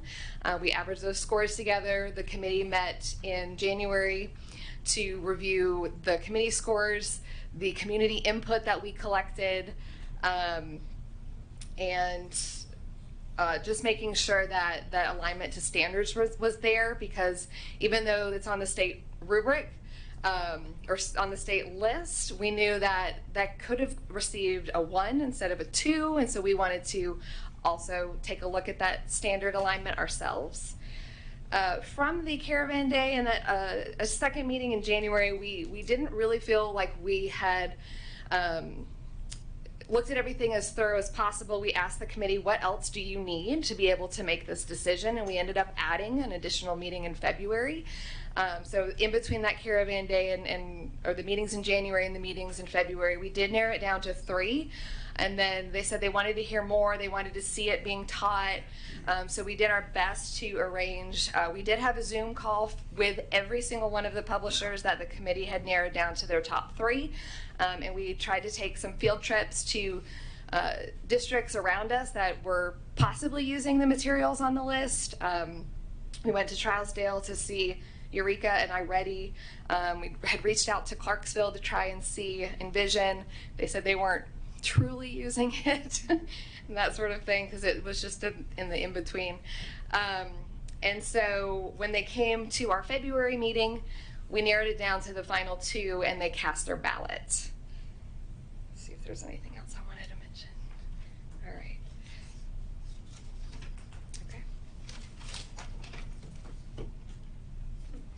So therefore, here are the committee's recommendation for adoption. At the elementary grade level, it was Eureka Math Squared. For middle school, iReady. And for high school, Big Ideas Learning. Just note that adoption signifies the board's approval to purchase and use that curriculum in Sumner County schools throughout the length of the state contract period. So we also thought it was important that you actually heard from some of the committee members who had done a lot of this work.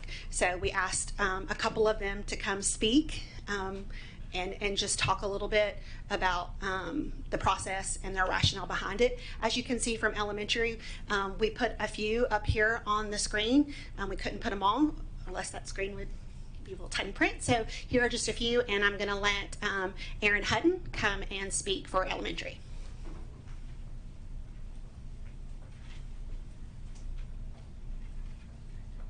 Good evening. First time speaking at a board meeting, so I'm super excited. My math geek brain is happy to be here with you. So we have been really Hey, fortunate. Erin, why don't you introduce and tell them what you do? Thank you. Well, she introduced it. I'm Erin Hutton. I'm one of the lead educators from the Math Adoption Committee, and I'm based at Station Camp Elementary. So we have been really fortunate in elementary school to have high quality instructional materials for our last adoption cycle. So when the elementary committee looked into the options that were out there, we really wanted something that was going to build on the strengths of what our kids had learned over the last adoption cycle. And so Eureka Squared for us fit that bill. We looked at everything that the state offered, as they said, mountains and mountains of curriculum. So no stone was left unturned, I assure, unturned, that's correct. I assure you, sorry. And so there was a lot of work that went into it, and there were a couple of things that rose to the top very quickly. As we said, we wanted to build on the success of our kids, and there were several curriculum that just seemed like it was a step back. So, but as we evaluated, we saw some rise to the top. Eureka for the math committee for the elementary side was our choice first and foremost because it addresses 100% of the state standards. As Stephanie just mentioned, you can score in a different rubric, and what we found was a lot of the curriculum that were out there put some of our new standards as an afterthought. So when it didn't meet the state review for 100% of standards, they went and wrote lessons to address that, but it may be in a separate book. It may be a 1 lesson arc instead of a 3 or 4 lesson arc like all of the other standards met. But Eureka was actually written for Tennessee state standards from the get-go. They happened to pick up the information about the new standards at a time where they were rewriting and updating their curriculum from the original Eureka. So that was very important to us, that it really truly does cover 100% of the standards. Teachers are going to be equipped with what they need. So that was a good thing. Overall, Eureka was the most instructionally sound. Some of our non-negotiables were we really wanted kids, especially at the elementary level, to follow what we call a CRA approach. They start in the concrete with manipulatives. They move to representational pictures, things like that, and then they move in to the algorithms and those higher procedural pieces. But without that beginning, they don't have the true understanding and full understanding of the mathematics that they're doing. And that will affect them K-12. So this had the strongest conceptual, representational, abstract base. It also allowed for our kids to enter at the level that they could. It supports diverse learners in a way where, Stephanie loves to say we're all math people, but some kids don't see themselves that way. And so Eureka allows them to enter into conversations with their peers, into problems in a way that makes sense to them, so that they really truly become owners of a math identity, and they realize that they can do it. And that's really important for schools, regardless of where you are. So the diverse learner support was really strong, so we knew it didn't matter if you were at a Title I school or if you were at Merrill Hyde. This curriculum was going to support you and challenge you appropriately. Let's see what else I had. And then lastly, been talking a lot about the kids because they're the most important piece, but we also know that we've got a teacher shortage right now, and not all of our teachers feel like they're math people. Eureka was the strongest in developing the understanding of mathematics for the teachers so that they could in turn best teach their kids. So it all circles back to that student support. So that is why we chose Eureka. We did have somebody else who was supposed to speak tonight who was not able to be here because she had a child care issue at the last moment. And I'm going to read her statement as well. Board members, my name is Rachel Young, and I teach 5th grade at a Title I school that has a high number of English language learners and special education students. The team has worked extremely hard to find the curriculum that will be most beneficial to all of our students. I personally, and we as a team, believe that Eureka Squared is the best math curriculum for the students in Sumner County.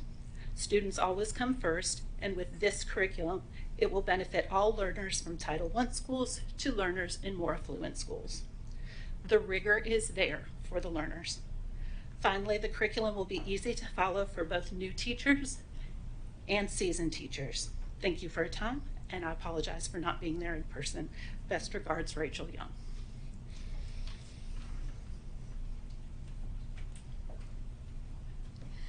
So we also have a lead educator and a teacher from the middle school review team who would like to share their team's rationale.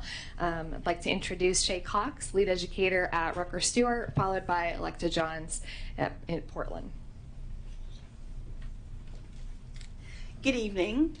I want to say I'm grateful to be here. I proudly represent Rucker Stewart Middle School, where we have a wonderful array of students and teachers. We chose iReady because it is the kind of curriculum that can be accessible to students and to teachers. At our school, we have to teach all kids. The kids that are well-read and the ones that are not well-read. And we need a curriculum in which everyone has an entry point. And iReady allows that. It also gives them a chance to extend their learning and to reach those kids that need some more help. So with their online component, what we can't reach in the classroom, we can reach in RTI. As well as the students, our teachers sometimes are new, and we need to make sure that they are ready. They have the questioning, they have the materials to where they can teach the material with a computer or without a computer and are guided along. And iReady allows us to see that. One of our issues at first was that iReady was an online curriculum, but we went and saw it being used somewhere else and challenged that school very often about, are you sure this is how you teach this lesson? What happens if? And they gave us good answers. So I am confident that our iReady is the kind of curriculum that will be helpful for my kids at Rucker Stewart, but it can be used well for all kids because of that extension component and that ability to grab all students.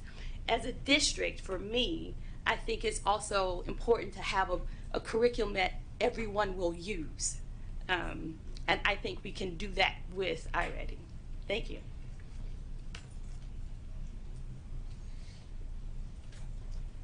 I'm Electa Johns. I'm an 8th grade math teacher at Portland West. So as I was sitting through poring over curriculum after curriculum, literally going through every lesson, I already did stand out, and like Ms. Cox stated, I was concerned because it's online. We went to Trousdale County, and it quickly became a number one for me because they are one-to-one, but they did not have to have the computers to be successful with their lessons. Those kids were in the curriculum, in their books, doing the math. So Curriculum and Associates, their curriculum provides teachers with the tools necessary for student success in a middle school classroom. The curriculum provides videos for the teachers and the students and background information in the text so that teachers can feel confident about their planning and the instruction that they're giving to their kids. Lessons are highly engaging and they meet the rigor and the demand of the standards. Rather than skills being taught in isolation and us teaching over 100 lessons a year, they are all integrated into about 38 lessons over a week and a half time, and they go through sections.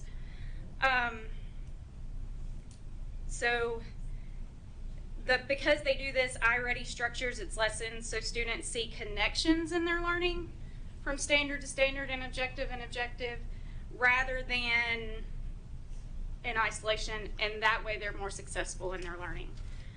So our focus was Tier 1 instruction, but we also looked at the RTI piece because that was a non-negotiable for our teachers in the district. And iReady provides a strong RTI component that adapts lessons and practice to individual student needs based on diagnostic assessment, allowing teachers to pull small groups while other students are working independently. Students take a diagnostic, it prescribes what lesson and what practice that they need. So they have independent practice they can work on, and they can meet with a teacher as well. This makes the iReady curriculum a well-rounded choice for adoption for this county, in my opinion.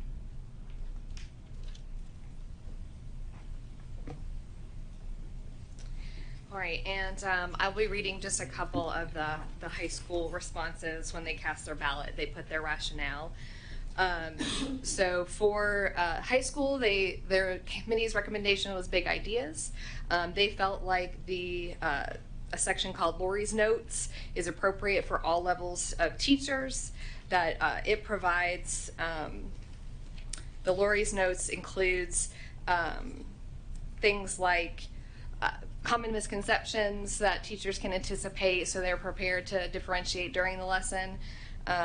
It says that they felt like it would be beneficial for both newer and experienced teachers.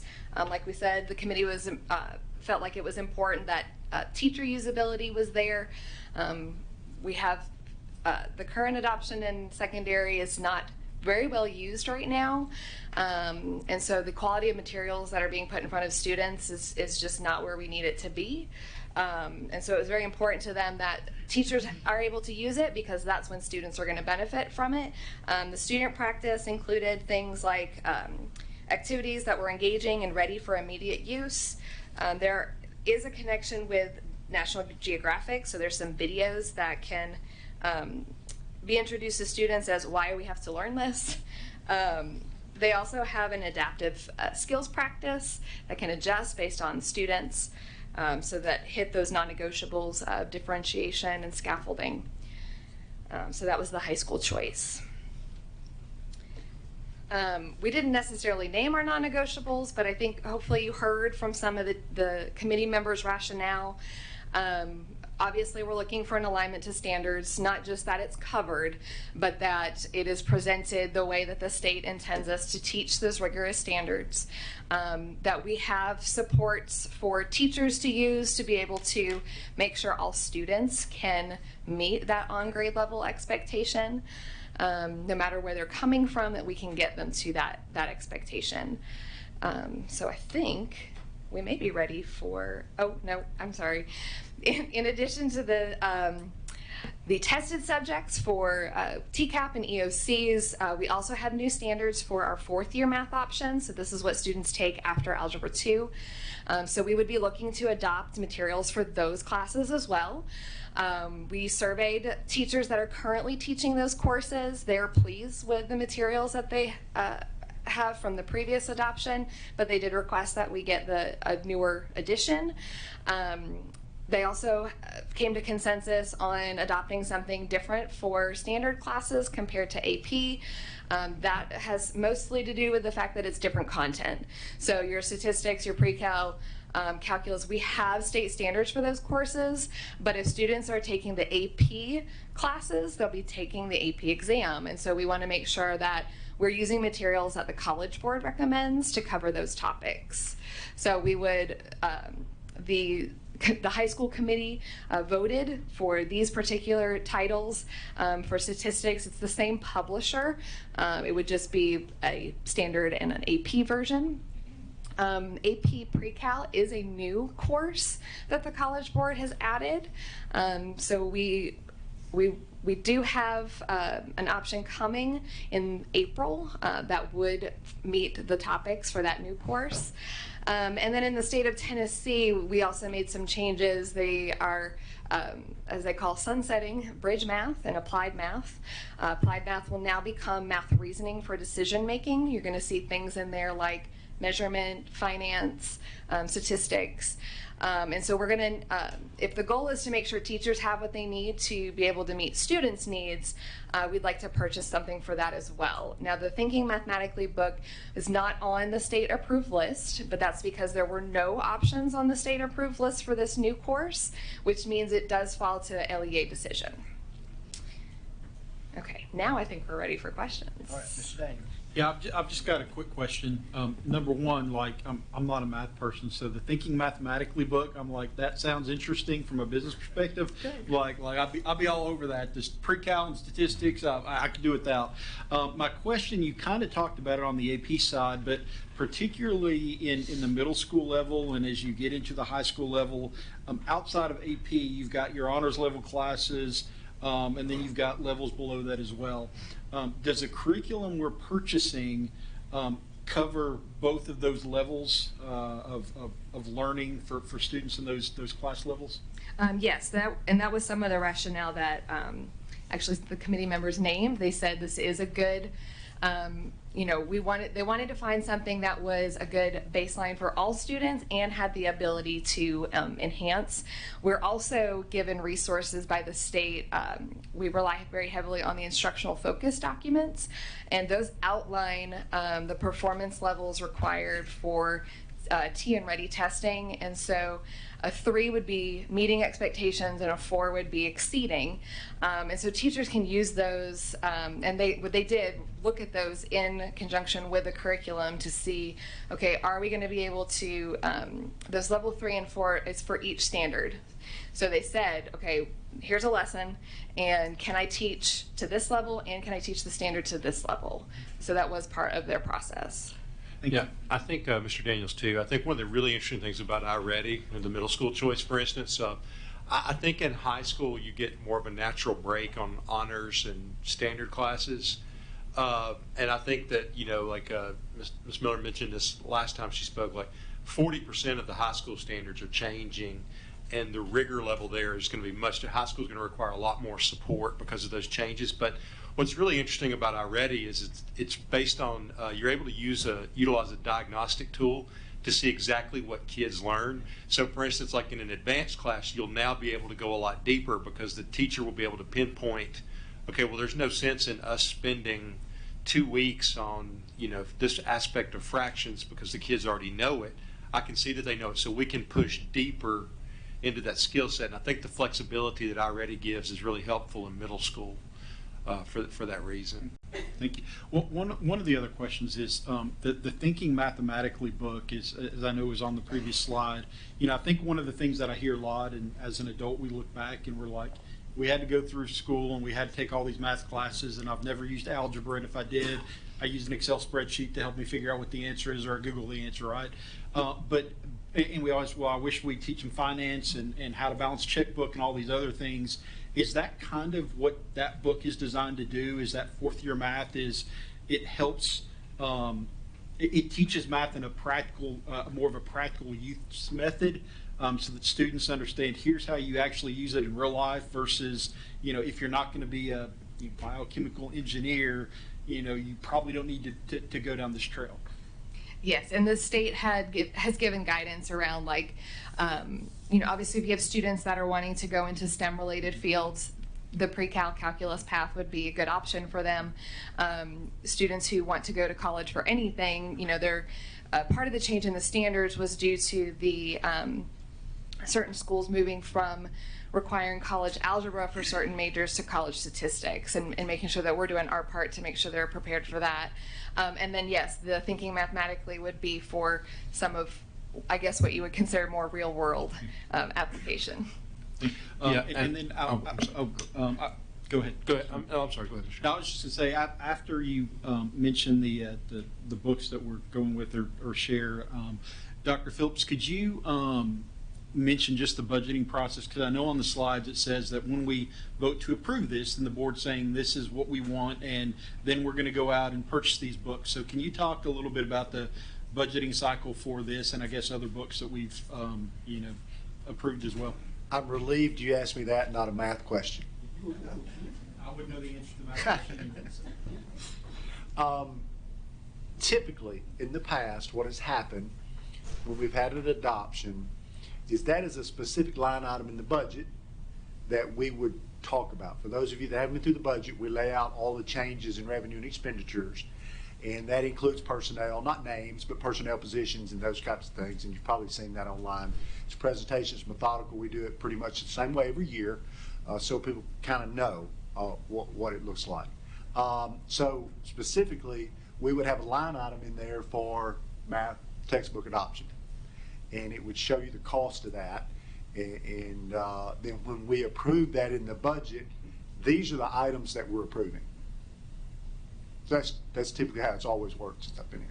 And what I understand about that specific wording was so that since this is a 6-year cycle, that each year when we go to purchase, some of those will be consumable workbooks that we're not having to come back for board approval each time. Yep. So once we adopt in the cycle and expend those costs, overwhelming majority of them in the first year, then as Ms. Miller mentioned, we would in subsequent years, 2, 3, 4, 5, 6, purchase replacement textbooks, or which is in a normal cycle for us. We have a line item for that every year, and consumables. So we wouldn't come back and say, hey, we're buying consumables. We would just buy that as a function of having school, but we would do that for replacement books for everything. Thank you, Mr. Daniels. Mr. Lancaster. First of all, for everybody on that committee, God bless you.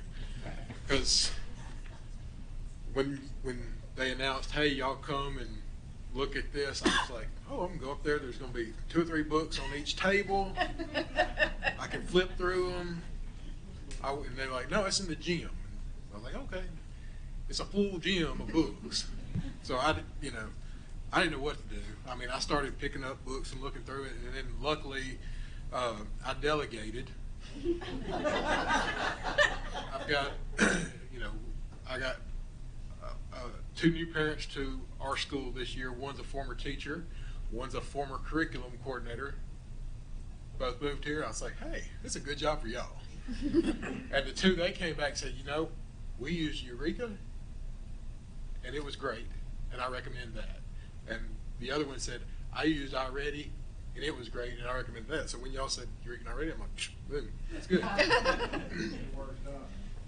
Second part, I do remember one of the curriculum for elementary was like strictly STEAM related, but for the Eureka, are there built-in STEAM related activities in the curriculum, or do you, I know that's maybe a weird question. I just got STEAM on the mind because we got a STEAM committee meeting tomorrow. So I'm not sure on Eureka if there's actual built-in STEAM activities for the elementary level. For iReady, there were STEM applications. I just remember there was one curriculum, and it was Yeah. And it STEM literally said scopes. STEAM. STEM scopes was Yeah. yes, So- but it didn't meet what the committee felt. No, I'm not. Yeah. I'm not But- pushing for that one. I just didn't know if this one had, for our STEAM schools. If it- We can look into that and see on Eureka. We can find out about that. Yeah. And I yes, think sir. Mr. Daniels asked, that was another question. So this will be a FY24 budget item. We've saved money. The state switched. We had this from like the 1950s, this purchasing cycle for textbooks, and they had math and ELA in back-to-back years. Well, your two biggest expenditures on textbooks is always math and ELA. So they broke that because they were changing the standards, and they spread it out. So for the last 2 years, we've purchased like replacement texts. Like you heard, I think Ms. Miller mentioned that the high school texts, like we had access to them, but they weren't widely used because that was an 8-year-old textbook, and it wasn't really, curriculum has come a long way in 8 years. So anyway, all that to say that we budget. Dr. Phillips, the board has been very good to budget money each year for textbooks. So part of our goal is with the residual money that we have left over for this year that was budgeted, our goal is to be able to get as much of the curriculum as possible whenever we're comfortable and board votes and approves. We'll be able to roll forward with the majority of the purchase so that we can get, because there are aspects of the pandemic that are over. One of the parts that's not is paper. Paper is short now. It's hard to get, and so we want to be able to order as quickly as possible to get it in. We definitely, our biggest goal is to get teacher materials in hand by the end of the school year, because what's used to textbook adoption was like Field of Dreams. Like about a week before school started, pallets were unloaded in front of the building. It's like, here are all these kits, and you unload them and you unwrap them and you pass them out. Now, they've been preparing training all summer for our teachers, so we want to be able to get their materials in their hands as soon as possible. I do remember one of the books that was in the gym that I briefly looked at, but it was just it had a box, and it was basically like, we don't even have all the curriculum.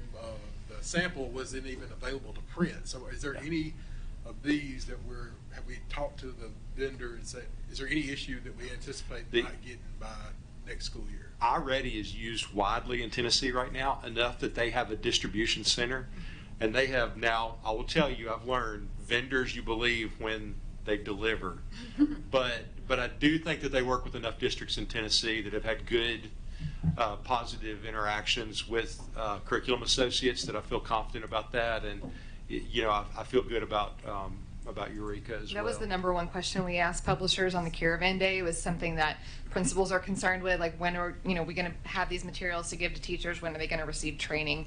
And I believe the publishers that we went with felt, of course they're going to promise us lots of things, but if not the turnaround of the print materials, they said, as soon as we agree to purchase or whatever, that we would at least get online access for teachers to be able to get in there and start the training and the overview and make sure that they're ready to go on August 1st. Purchasing March, April is way more realistic than purchasing. We've had to do in the past just out of financial necessity. We've had to order half the books one year and half the books the next, or different things like that. We should be in a position, we're still finalizing some numbers and making sure that we can get the most bang for our buck for what we're able to give our teachers, but we should by the 21st be able to put some hard numbers. And can I mention one thing just on that note, Mr. Chairman? If we use dollars that are allocated in this year's budget, so they're already there, we're going to have you vote on approving this curriculum set before we expend dollars. Does that make sense? Even though it's not in the budget, it's already budgeted. We don't want you to think that we're going to order materials that you haven't voted to approve the curriculum. Does that make that better? Yeah. There may be additional dollars in next year's budget that has to go along with that too. But I think Mr. Langford's point is if we have dollars already allocated in this year's budget, they'd like to order them so we have materials by August. Yeah. Thank you. Yeah. Once we approve, absolutely. We won't get to vote on it either way. Do our current online,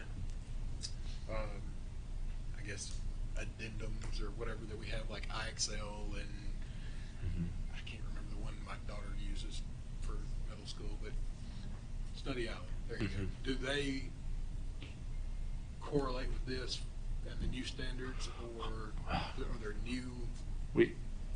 So, I'm trying to think of a diplomatic way to say this. We need to get out of the business of having 100 different things that we're doing. We need to do a few things well. I think what schools will find with iReady is, a lot of our schools are already using iReady. The diagnostic tool on iReady is amazing. We're going to have to vet and see exactly what, Eureka has those tools, but we'll have to see, there's always, because, like we're doing a benchmark, we're doing a screener, like we need to be really aware of the amount of extra things that we're doing to assess where, like, we want to know where kids are, but we also don't want to do 45 things. We want to do 3 things really well. And so I think some of that is, iExcel's very good. I think the question is going to be, it's hard for a vendor to flip when you get, like, elementary, the standards aren't changing significantly. So whatever's being used in elementary will be fine now. Anything that's being used in high school, it's going to take a year or two because the standards are changing 40%. And just market share, Tennessee's not a large enough state to drive a vendor to change everything that they're doing overnight. And even if they wanted to, they couldn't, because it takes a long time to build assessment questions. So I don't know. Oh, go ahead. Oh, I don't know if this is what you were asking. I used iExcel when I was a 7th grade math teacher a few years ago. And I think you were asking, correct me if I'm wrong, if it's still going to be needed. I think that was one of the non-negotiables that the committee looked for, was practice opportunities for students. I think we find with math, since everybody can be a math person, sometimes it just takes a lot of work for, more work for some. We want to make sure that students have enough at-bats. And so with a program like iExcel, Study Island, Delta Math, whatever teachers may be supplementing with right now, the goal is to make sure students have the most opportunity to practice, to show their progress. And so some of these, the recommendations that the committee has made, they were looking for those things to be included. So like for the big ideas for high school, it has a skills trainer that is going to more closely align to our Tennessee state standards and making sure that they're focused on practice problems that are on grade level. Ms. Andrews. Yes, thank you. I just want to say thank you to the committee. Of all of the textbooks that we adopt, I know we've talked numerous times.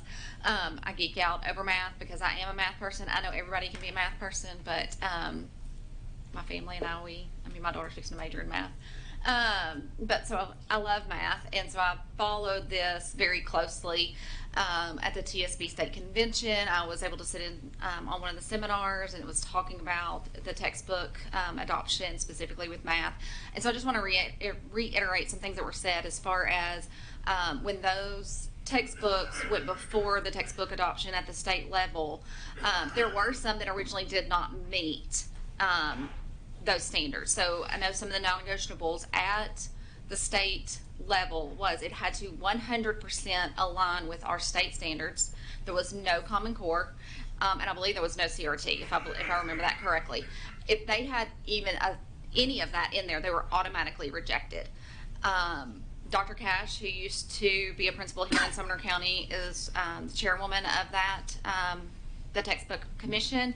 And spoke with her, and she said that there were several that they rejected, that some of those then came back, they would rewrite entire units. Some did not, but that they were meticulous at the state level as far as what was going to be permitted and what was not. So to start off with those, with that standard in and of itself was big. I've also spoken with teachers across every grade band in our county that have been on the textbook adoption committee, and everyone has raved about the process. They were very appreciative. They said that they were heard. They liked the process. They said, yes, their feedback was taken, and the conversation I have had, even after the fact they couldn't disclose what was selected, but they were like, yes, we are happy with what has been selected. I do have some questions. Primarily, we have 3 different vendors that we're using across the grade band. How do we feel like that is going to go from when you go from 5th grade, where you have been in Eureka for so long, and then you're going to swap to middle school to iReady, and then you're going to swap in high school. How do we feel like that transition will happen since are there any concerns with that type of transition? So I think that's what we're currently facing. We have very solid conceptual curriculum in elementary, and then we go to middle school. And if they're not using the current adoption, it's going to vary. So I think what we started with, the starting point for Sumner County, was identifying what is our vision for math instruction? What are we going to guarantee that we provide for all students in this county? What are those non-negotiables? And we looked for, the committee looked for curriculum that would meet those non-negotiables. So, looking at their rationale, no, I turned it off. So they are looking for similar things. So they may not be written by the same publisher, but there are themes that are going to carry from grade band to grade band. I think Ms. Andrews also, like if you take that probably the biggest drop that we see right now is from 8th grade to 9th grade.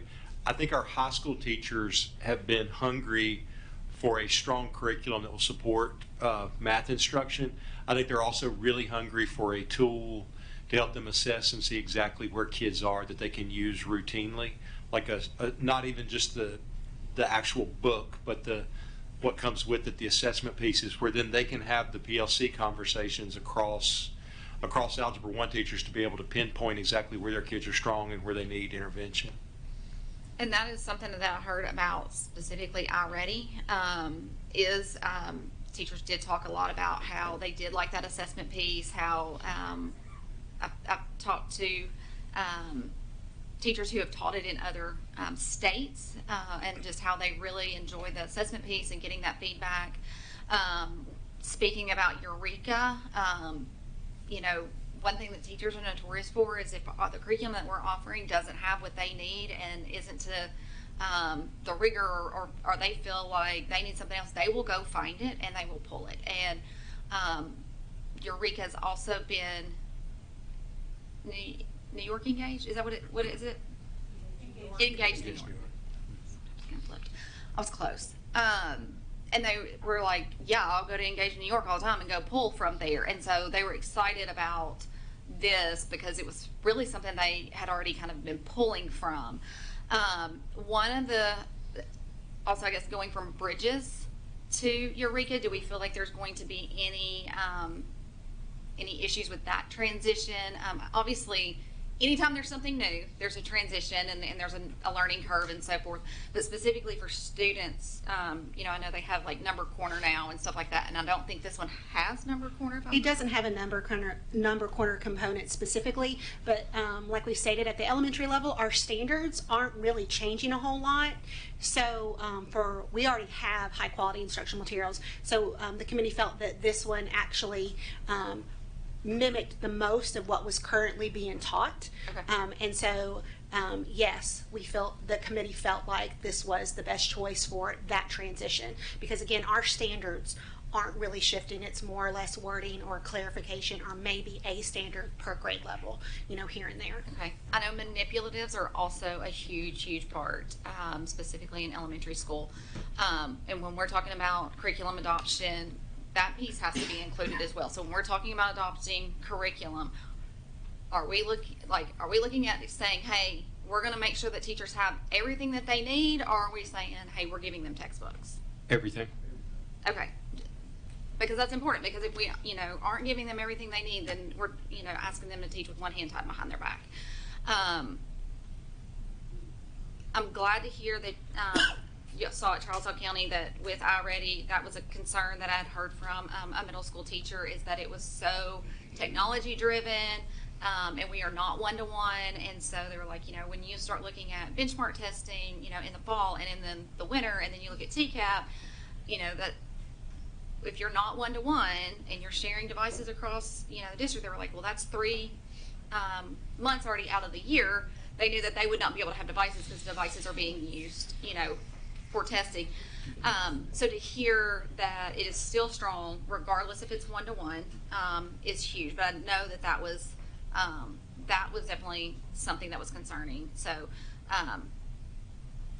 and I did talk to a teacher who has taught, there was at least one teacher, I'm sure there were more teachers across the county that took the recommendations and they took a week of each one and taught.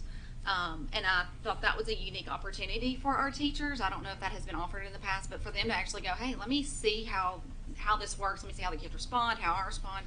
I believe it was Eureka that they were speaking about. They were kind of, I think, talking about Bridges now, how it's very wordy.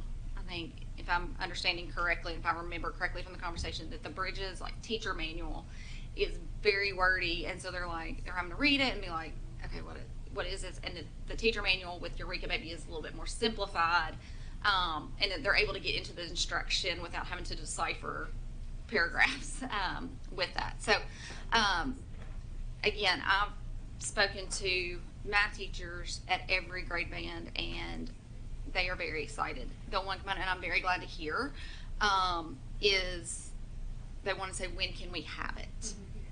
That was the big, but when do we get it? Because teachers want to be prepared, and they want to have that time, and they want to look at it, and they want to, when we have trainings in the summer, they want to be prepared for that. So whatever we can do to make sure, I said, hey, ideally, when would you like it? And they said, we would really love it by the end of April. And I was like, well, that's probably a stretch, but maybe we can look at doing it by the end of May. So I know timelines as far as how we have to do things. If we can, do work and do what we can to try to have materials, if nothing else, teacher materials in their hands by the end of May, I know they would be very appreciative. Thank you, Ms. Andrews. Mr. Graham? Math is definitely not my love language. I can remember several nights at the kitchen table with tears of frustration, and those were mine. And I can also remember saying, that's not how we learned it. So with these three programs, is it like the textbooks, is it pretty easy to follow directions for parents to be able to reinforce what was learned in the classroom, or the videos, are they pretty easy to follow for parents to reinforce what was learned in the classroom? For iReady, they actually, is at the start of each lesson, each unit has a parent letter, each lesson has a parent letter with an example of here's what your child is learning about, here's some concepts and some vocabulary, and I think there's a component in the elementary one as well. And at the elementary level, we actually have an apply book that goes with the student that actually has it broke down as well, that gives step-by-steps so they can see the mathematics behind it. Thank you, guys. Mr. Grant, Mr. King? Yeah, thank you. I have a question about Amplify, which is the other middle school curriculum that we were looking at. I've heard great things about it. Was there a demonstration of that for the committee for Amplify? I know you all went and looked at iReady in Trousdale. So there wasn't a district nearby, or I'm not even sure who is using that currently, that we were able to see. So after the caravan day, since, like I said, the committee, we said, what else do you need to know? And they wanted to see it in action. Some of those follow-up Zooms, we requested that the company kind of do a model lesson for us. That was kind of the only option we had for that. So was there a follow-up? Was there a Zoom for Amplify? Yes. Were the committee members present at that? They were all invited to that, yes. Okay. Did they attend? There were members that attended. Okay. It wasn't 100% attendance. I would say it was probably less than 40 to 50% attendance. Okay. All right. They also had access to the recording, though, so I don't know necessarily how many people went back to watch it after the fact. Maybe they couldn't attend. They were there, and she was there. She watched the recording. Okay. I've just heard some things. So I've talked to some veteran teachers. They're very concerned about iReady. Several things they're concerned about is they believe it's a great Tier 2, Tier 3 curriculum, great for interventions. However, they believe it's missing a Tier 1 level rigor. And the ones that I've spoke to, they basically have said, well, we're going to have to create lessons from the ground up in order to meet the rigor that we need. And so that's a concern. And you know, if that level of rigor is missing from iReady, and basically in the name of, you know, a small percentage of our students, I guess, would need interventions. And I've heard great things about the interventions of iReady. One thing I'm interested in finding out is, does it cater to those students that are advanced? You know, are they gonna be allowed to push ahead from where they're at? You know, there's a trend in the country now to bring those students down, and I want to make sure that we're not doing that with any of our curriculums.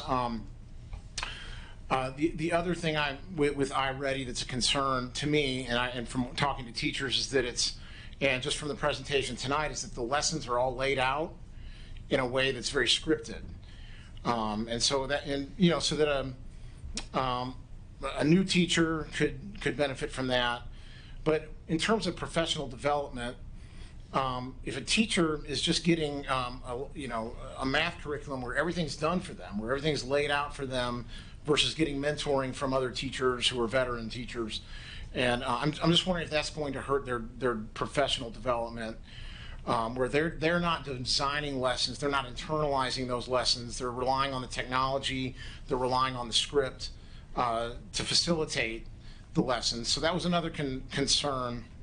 But really, and some great things I heard about Amplify was that you know, it's less traditional, right? So whereas, you know, I mean, whereas traditional, you know, you get here's the skill, here's the lesson, and then here's 30 or 40 problems, go do the problems.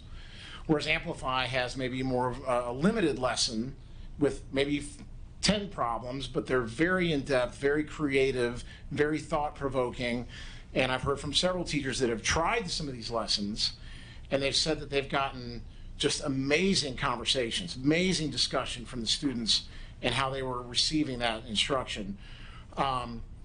So when we're talking about, you know, iReady and Amplify, how close was Amplify to making it into the top?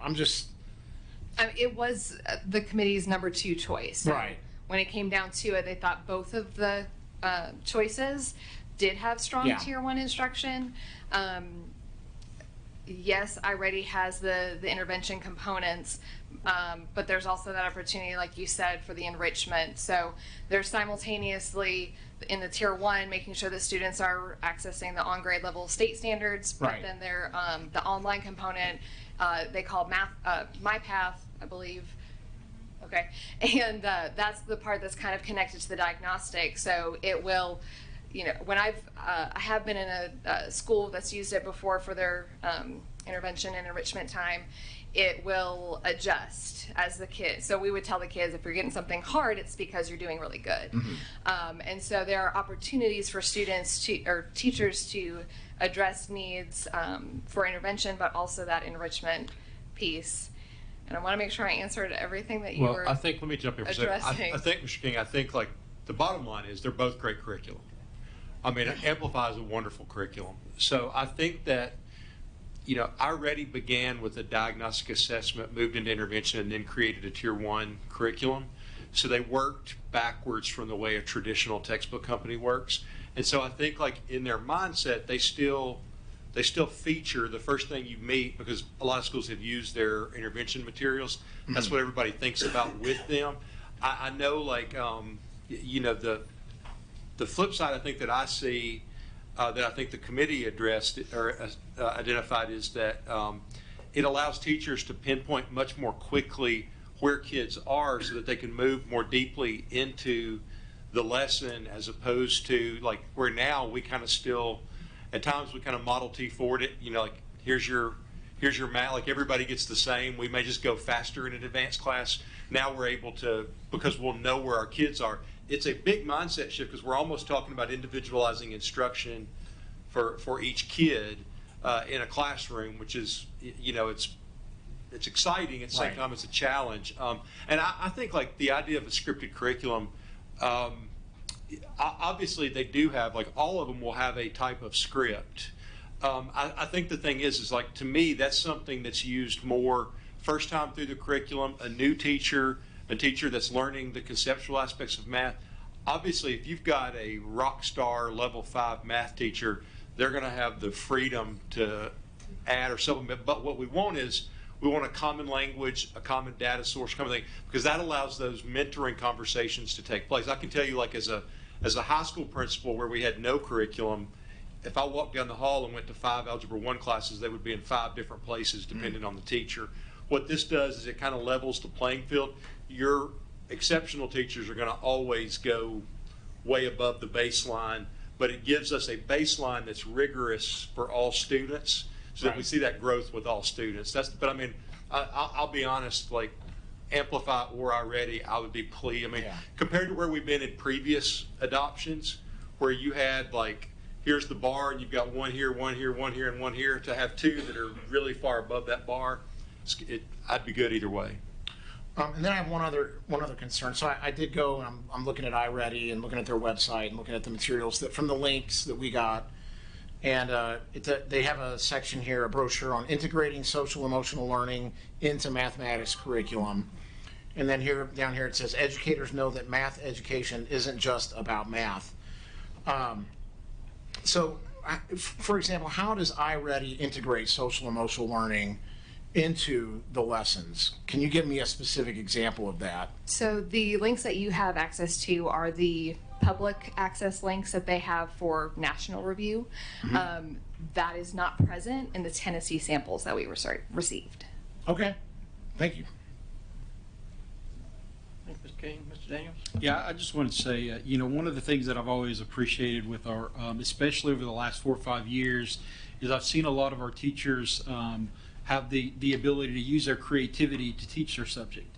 Even when there's scripts, when there's certain books they have to teach or certain subjects they're covering. And I know, for example, Ms. Heston's sitting over there and she's favorite teacher from Union for my kids. And, when I look at Union and the way that they would teach lessons, and especially when, they still do it now, but when she was there, they'd get together as a group, and they would have weeks where they would decorate their rooms in certain ways and make sure that the students were engaged in learning those subjects. So I think just because there's a script doesn't mean that all they're doing there is the I guess the Charlie Brown, kind of, image we have of teachers. It's direction to help them understand how to teach the lesson, and then those really gifted teachers are the ones that can take that next step to really start applying it in other ways to help the students really start retaining that knowledge. And I think in our county, and I think our principals would probably agree that, especially over the last, since I started on the board over the last 4, 5, 6 years, the ability for teachers to be able to do that has greatly increased in our schools in every subject. And I think, Mr. Dan, just to piggyback off that, Ms. Heston won't say this because she's humble, but that team spent every Sunday afternoon for years preparing those materials and hours after school each day. What we would like to do, we want our teachers to be free, to be creative, but we're giving them those baseline materials so that they're not out trying to grab everything they can to put their lessons together. What our hope is that we free them up then to be able to go beyond and excel, because they've got they know they've got the baseline covered. And if I could clarify, I don't believe any of the choices that the committee recommended has a literal script. I have been a math coach when I worked at Brick Church Middle School, where the curriculum was teacher will say, students will say. So that's not what the committee is recommending. There are structures in place, and the committee acknowledged in their rationale that those things are beneficial for new teachers as well as veteran teachers, in planning and preparing and making their own out of that lesson. I know I always our probability and statistics unit in 7th grade always fell around March Madness, so that was a great example for me. I was in teaching in a district with the Carnegie that we currently have for middle school, and I taught it, and to explain theoretical versus experimental probability, I mean, you're talking about busted brackets, and as a level 5 teacher, I had the flexibility to be able to layer that in. Mr. King? Yeah, well, I'm not completely downing a script. I'm just saying, I like the idea of personal learning committees, PLCs, and when I was a teacher, I was an elementary music teacher. There wasn't another elementary music teacher in the building for me to go and consult. So I would run early on, first year teacher. I'd take a book and I'm going to run this lesson. Say this, then do this, and every time I completely bombed. It did not go well. But if I took that lesson and I internalized it and I supplemented to add rigor and I made it my own, it was very successful. And so whatever curriculum we go with, not every curriculum is the end all be all. Right. There's going to be some good lessons. There's going to be some that are not so good. Mm-hmm. I just want to make sure that we're getting a good level of rigor. We want to challenge our students on multiple levels, not just those that need interventions, but those that are advanced. Right? These are we want advanced math students. They're gonna. I just got off a plane last night, and I'd like to think that plane was built by someone who was an advanced math student. And so I just want to make sure that we're heading in that direction where the rigor is there, and then there's mentoring for young teachers to get that professional development, learn how to internalize those lessons, and just to get best practices. So anyway, thank you. I would say, I was a principal the last time we did a textbook adoption in math, and the quality of the curriculum across the board, it is just, if you went with the fourth choice, it would be significantly better than what we had 8 years ago. So that's really that's an exciting thing that we've got this kind of choice to do exactly that. I agree, Mr. King. Mr. Lacey. Yeah, I actually contacted some of my schools today. I noticed the elementary schools, they were happy with either or, but one specifically said they preferred Eureka. On the middle school, I actually spoke with somebody that was on y'all's committee, and she said she would be absolutely happy with either or, but she preferred the iReady. So like I said, thank you guys for the hard work that you've done. Thank you, Mr. Lacey. Is that all? Thank you all very much. Thank you for all the work you did. I will remind the board we have no voting tonight, so we can't Vote to extend the meeting, so when it hits 9 o'clock, the meeting will adjourn. So next item on the agenda is dress code. I got Q&A in front of mine. But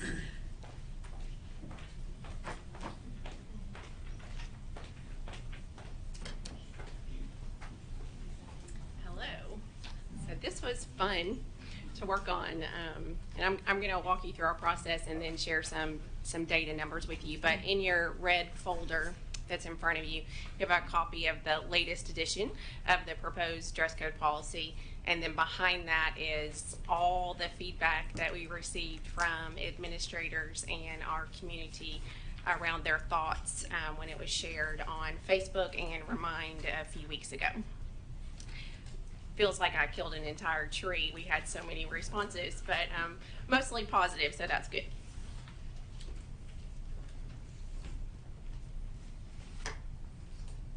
Our clicker's not working. Oh, that's okay. There we go.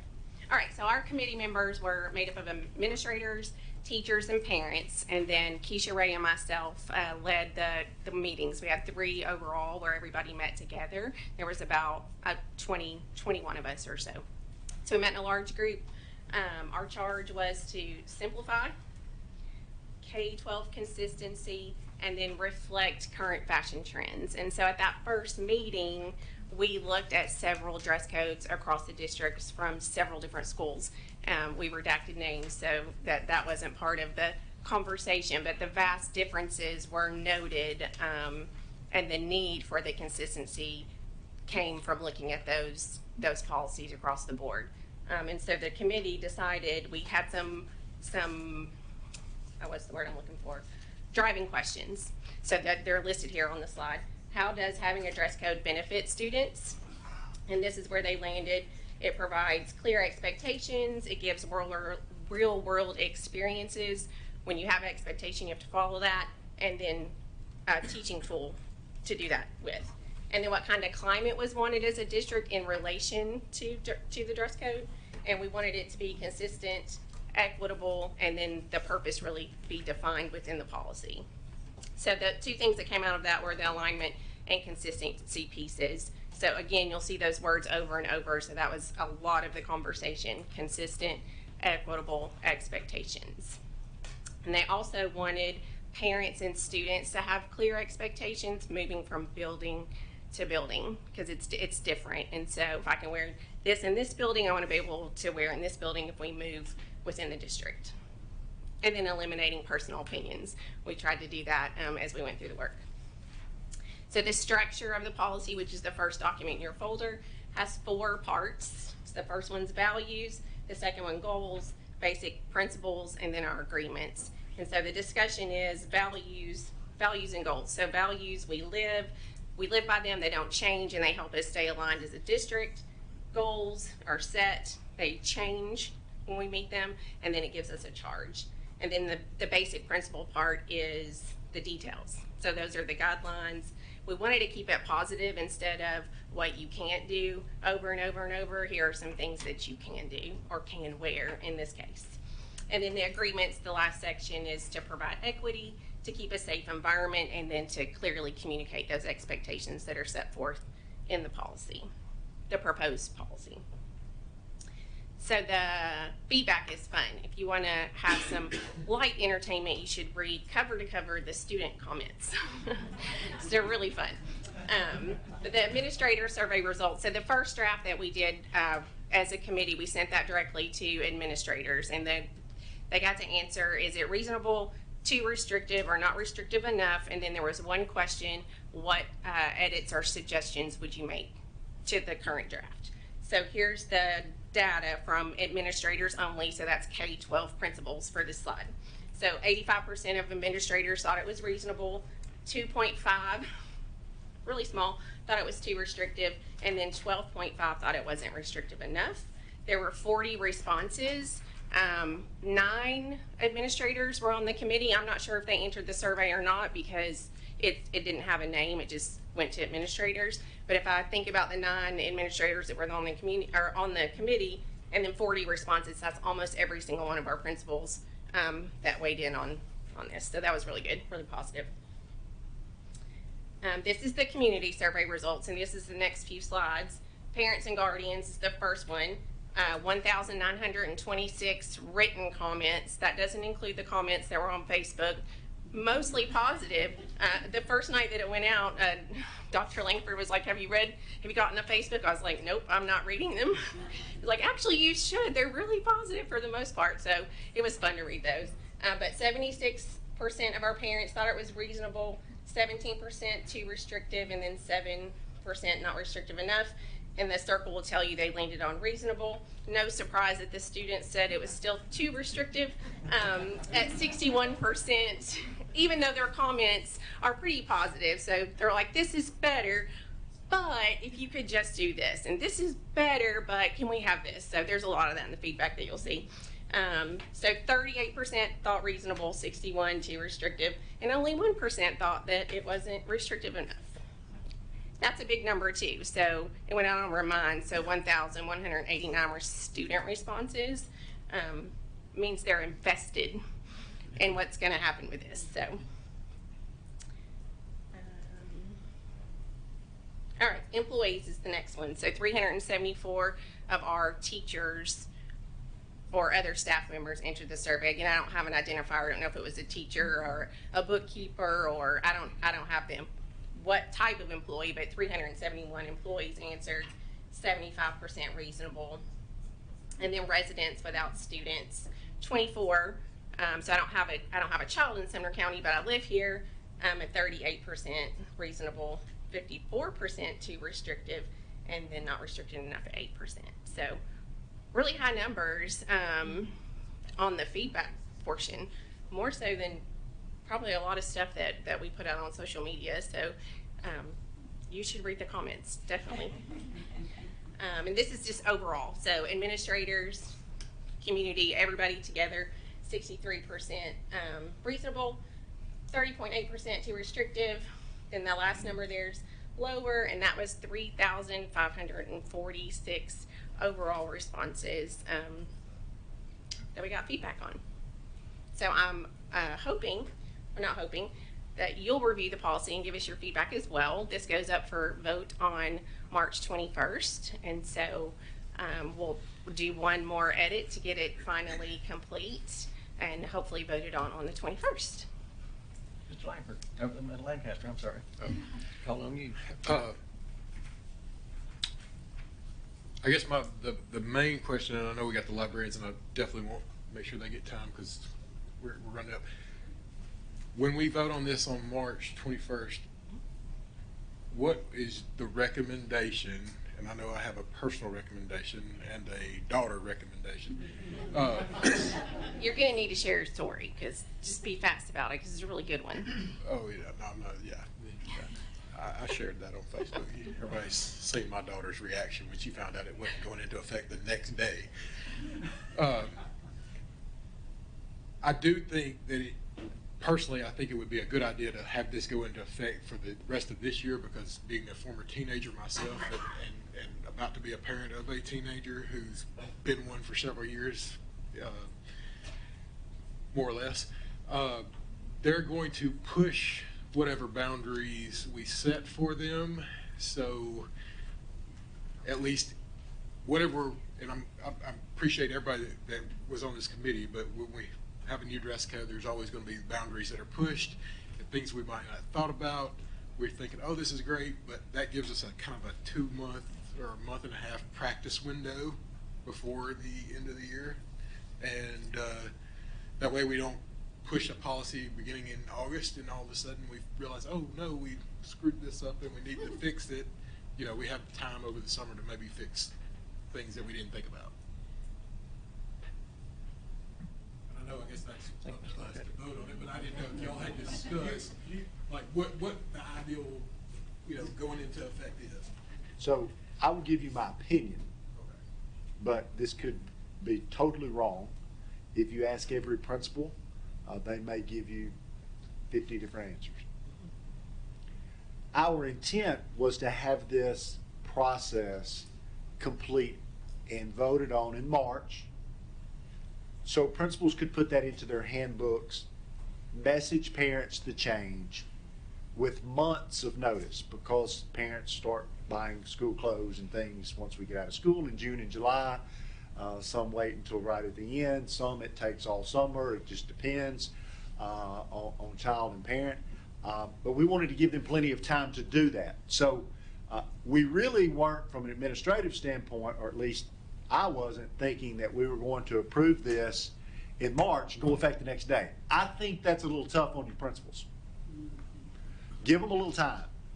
I know the principals I've spoken with that have had some concerns about not necessarily these changes, any change, right?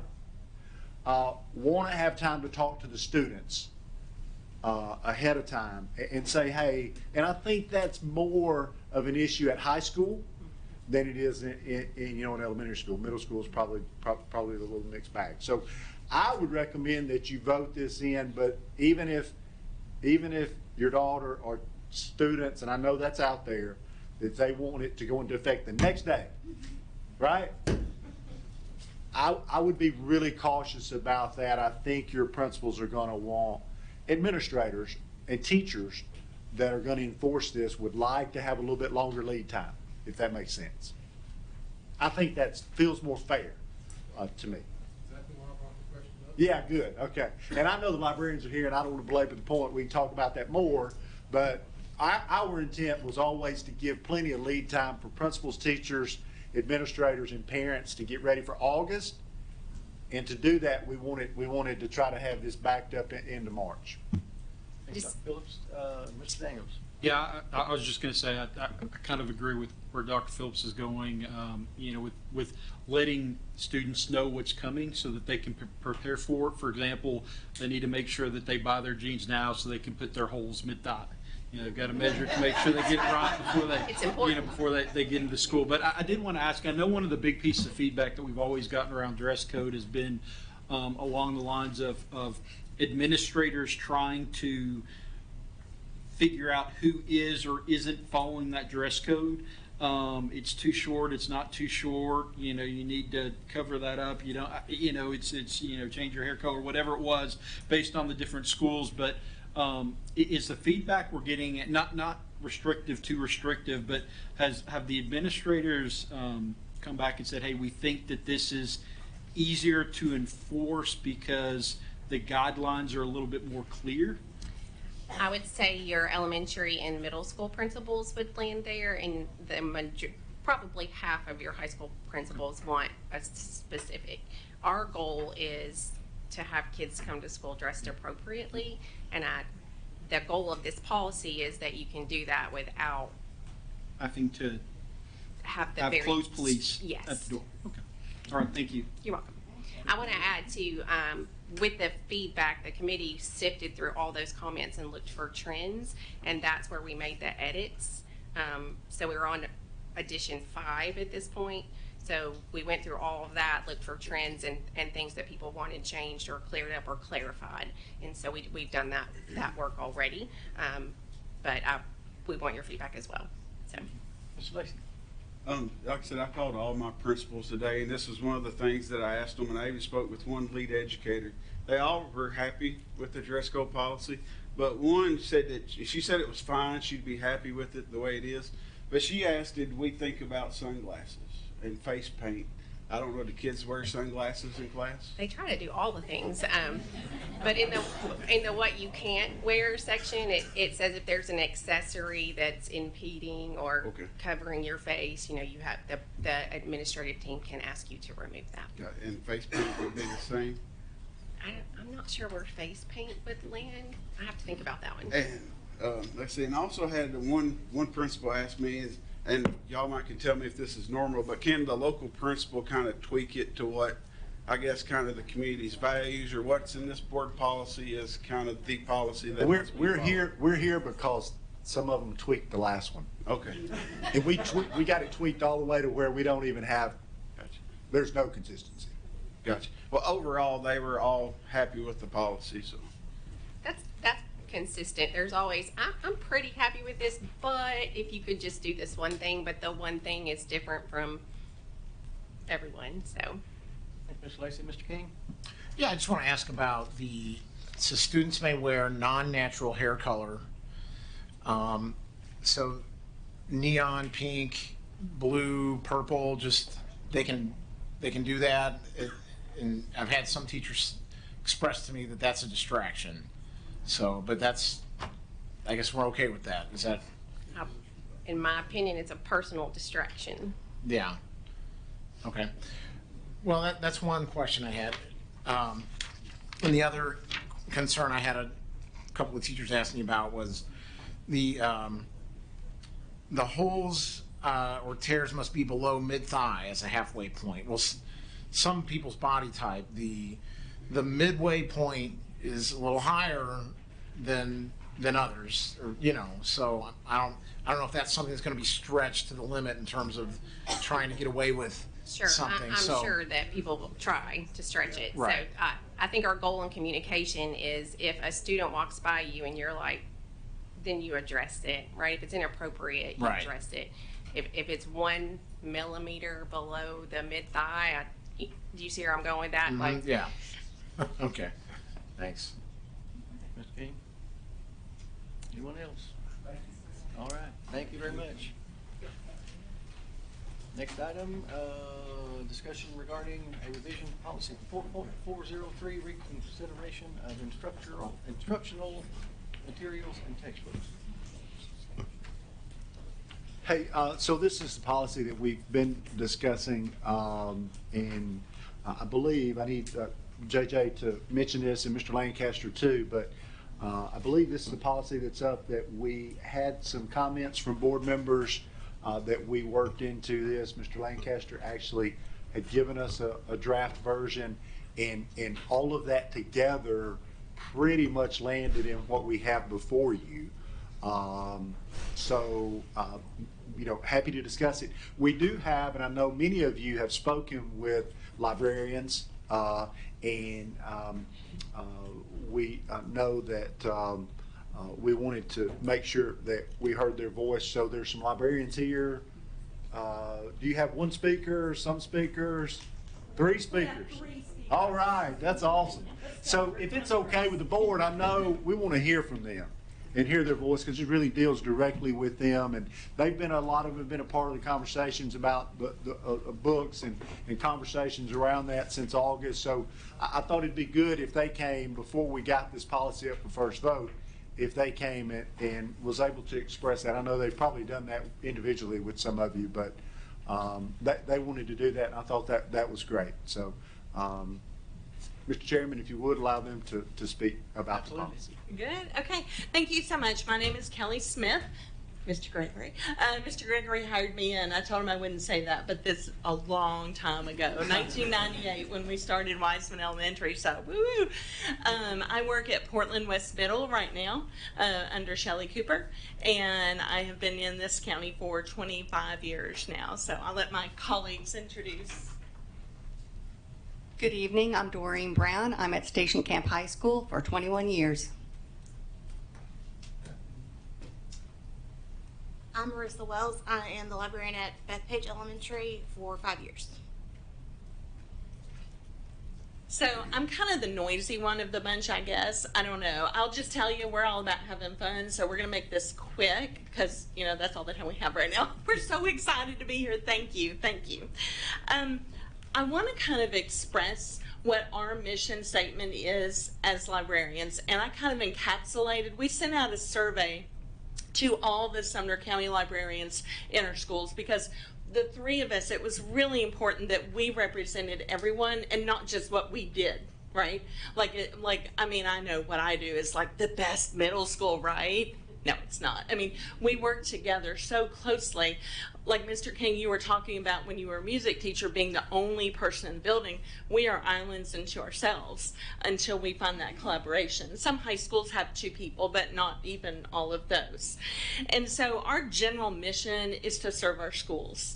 And every school that looks very different. In elementary schools, I served 12 years as an elementary school librarian, and that looks like a fixed schedule every day, back-to-back classes, in addition to the management of the library. It takes me now at a middle school level months to create and curate a good order to spend our $7.50 student per year budget that we have. It takes a long time because we want to do our best, right? In addition to managing that, the library itself, some of the other jobs, and I took notes because I don't want to miss some of this that the librarians shared. Many of our librarians, like elementaries, are teaching classes. I teach classes at middle school, other middle school and high school librarians, so we all do that. We also sponsor clubs. We have librarians that coach sports and cheerleading. We have librarians like myself who are the tech people for their building. We also have librarians who are the webmasters. We have librarians who are testing coordinators in their buildings. We have librarians, me, who hold detentions in the library every single day. Every single day, and I actually love it. Don't tell Ms. Cooper. Okay, and there's so much more. And so we just want to share our heart to serve our schools. All of these things, it's not like our principals say you have to do these things. We want to do these things because we love our kids and we love our schools and we serve at their pleasure. So that's kind of where we're coming from, and each of us have a little piece to share, but I know we're limited on time. So that's the overview, and now my fun time is over, so I'm gonna let them talk. What we'd like to know is what your questions are. We understand that you don't have a full grasp always of what we do as librarians, how we select our materials, the procedures that we go through, which are very detailed and very similar across the board. It doesn't matter what grade level we are at. We all follow the same type of procedures. Why we have worded the policies that we have been working on as a group the way we have, the verbiage that we're using. Mr. Lancaster, your document was very good. We liked quite a bit of it, but I have a question for you if you don't mind. It looks like you're blending 2 policies together. the materials for reconsideration policy, as well as the selection of materials. Was that intentional? The main thing I wanted to avoid was the original draft that I think Mr. Presnell wrote. The feedback I got from librarians was there was a committee to select materials.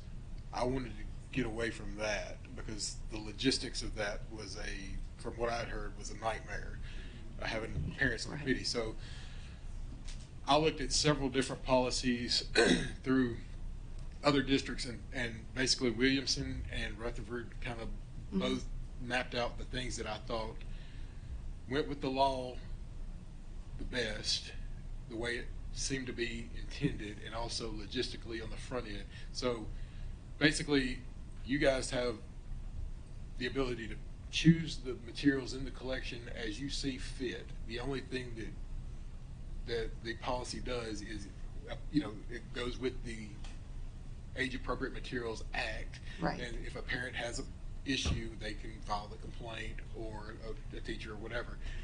But from the selection, in my opinion, the only reason that the law states that you have to have a policy for selection of materials. So Correct. to address that, our policy is the librarian selects the materials, the teacher selects the classroom materials. That's, the principal is the reviewer of that. There's just certain criteria that the law says that you have to meet, and so I'm trying to hit each one of those in our policy. You also have to have the material available on the website for public, which we have Which that they now. I think the original draft that Mr. Presnell had the new acquisitions every year would be reviewed by a committee, and I was just like, if you've got everything out there, then people can see it. We don't need to. I sound like I'm really jumping on his policy, but I just tried to simplify it. I mean, Well, no, it was. I tried to get the lawyer part out of it and make it more common sense. I think one of the things that maybe I may have mentioned, and this is just how my mind would work, I thought that it may be easier to just update in a separate location. Obviously, the total list of books, materials in the collection at your schools they're already there. Yes. And they're going to have to remain. So I kind of thought it would be easier for a parent to have a list that was adopted this year. So if you selected X number of new items to go into your collection, that you would have that on your website. It would also be on your total collection list, but it would be separate for parents to look that year and say, okay, well, I don't want to go back through all the collection. I just want to know what you purchased this year. So kind of yeah, and I mean, you could just pull that report, Yes. post it separately, Yeah. and then every year, parents in a running order would be able to say, okay, I don't have to re-look at every material in the collection. I just need to look at the ones that were added this year. Does that make sense? I was just trying to make it easier for you guys year over year, and for parents. That was the reason that I I said think that's a maybe- great feature for the website to have, but I Yeah, just yeah, didn't yeah. put it in the policy. I mean, you're going back to I used to work at a video store, so you basically just want a new release section. That's right. There you go. I'd like a new release section every year. Already there, good. See there? Done. Again, I was just trying to simplify the process. Yeah, there's a link on all of your school websites that have our catalog on it, and there's an easy little feature where you just do the little toggle and it'll show you what the newest books are. Again, that was not part of my policy. That's the bad policy. You keep reminding us of that. So, I mean, is there, I guess. Well, so What- there's I guess a what- specific board policy for the selection of materials, and there's a specific board policy for challenge materials and the reconsideration of materials. And looking at your document, it seemed to put the two together. And I don't know if you just didn't label them separately, or if you were thinking that it would be a blended policy. Mr. Johnson has his hand up. If I could interject, Mr. Lancaster. Mr. Johnson. I think what we're talking about is the third graph where we're talking about where it reads that teachers that the inventory must go ahead, classroom teachers in collaboration with building principals. Like, I think that third graph to me reads like we're talking about classroom libraries. And so the librarian is responsible for what material is available in the library, and then the teacher will be responsible for what's available in the classroom library. And so I don't think it's like the way I read that, and Mr. Presnell, everybody else can correct me if I'm wrong, but I think what the intention of that section of the policy is that if you get a challenge on a classroom library book, that would go through the teacher, not the librarian, because the librarian might not have a clue that book is there. And so that's how I would interpret that part of the policy. We need two separate policies. We need a selection policy that tells us our guidelines for picking books, and then there needs to be a separate reconsideration policy for if there is a challenge to a book. And it'd be any book in the school, whether it be in the classroom or in the library. Or a textbook. Or a textbook. So that's why we did it the way we did it. Does that make sense? I'm sorry, Mr. Daniels? Oh, yeah, I had a couple of questions. Number one, my mom was a librarian in an elementary school for a long time. And so I spent a lot of time with my grandmother when she was going to school. I think at MTSU way back in the 80s. I'm fairly confident that over those 2 years, she did more than learn about the Dewey Decimal System. So can you talk a little bit about your background and your degree and what's required to be a librarian, not just that you like to read books? Well, let me say, no. In a library science program, you learn about a whole semester will be on children's literature, young adult literature. Depending on your focus, you could be doing adult literature. We learn all about the cataloging of the materials, and that's a very detailed aspect. We learn about selection of materials and selection tools. When I did my library science master's, I had an entire semester on reference materials alone. So, am I missing something? No. Okay. Great. And we also talk about library management and a heavy piece on collaboration and running the school media center. A lot of library programs will focus more on technology. They'll talk about instructional technology. They'll talk, everything from how to change your overhead bulb to which piece of, LCD projector is better, how to use your smart screen, whatever, And so the newer librarians have learned more technology, than I did 20 years ago. Something. Okay. And so we collaborate with each other. Like she said, a lot of the schools, there's only the one librarian. Many of us don't have library clerks, so you're running around the whole building doing all these different things and running the library. So it's 36 hours, I think, graduate school to get a master's degree. Yeah. And many of us come in with our education degree. So I was a K-5, I was a K-6 teacher before. Yeah, so that 36 is on top of the, yep. Sure. Yes. So, I'm sorry, what was that? Your teaching certificate. Yes, yes. You must have that before your master's. Yep. And 21 to 24 hours of our masters are only library science classes. Because part of what we do in our building, I'm just going to interject, is help with curriculum development. Like we go to the different areas and say, how can we help you create materials you might need, or how can we support you in this, or what do you need? So we have to have, like my teaching area is business education for 7 through 12, and my library certification is K through 12, and I also have my EDS in collaborative professional learning. So your librarians are very well educated in all aspects so that we can do that support wherever it's needed in the building. Thank you. The one other question I had about the policy is there's, when we look down here at the review committee, I know there had been some conversation and we had a speaker comment on it at one of our previous meetings about students being on the committee or a student being on the committee, and I see that's been removed. Was there discussion about that? Is there a reason? Why? Why not? Yeah, we felt like probably, and I mentioned this to Mr. Lancaster because in the policy that he drafted, he had student on the committee. I didn't feel like it was a good idea to have students reviewing material that Other people had challenges objectionable, I thought. How are they going to determine if it's age appropriate if they're the ones making the decision? That kind of runs counter in my mind to the law. So I felt like it was probably just didn't make sense to have a student in that situation because the law is really written to make sure adults manage that decision once a challenge has been made. Does that make sense? So why would you have a student on there to make a decision about something we thought was age inappropriate? Gotcha. Didn't make. I just thought it was better. Mr. Lancaster and I talked about that, and I think he felt like that too. I would Thank just, I'm sorry. Oh, go ahead. No, go ahead. From a high school perspective, many of these books that are being questioned,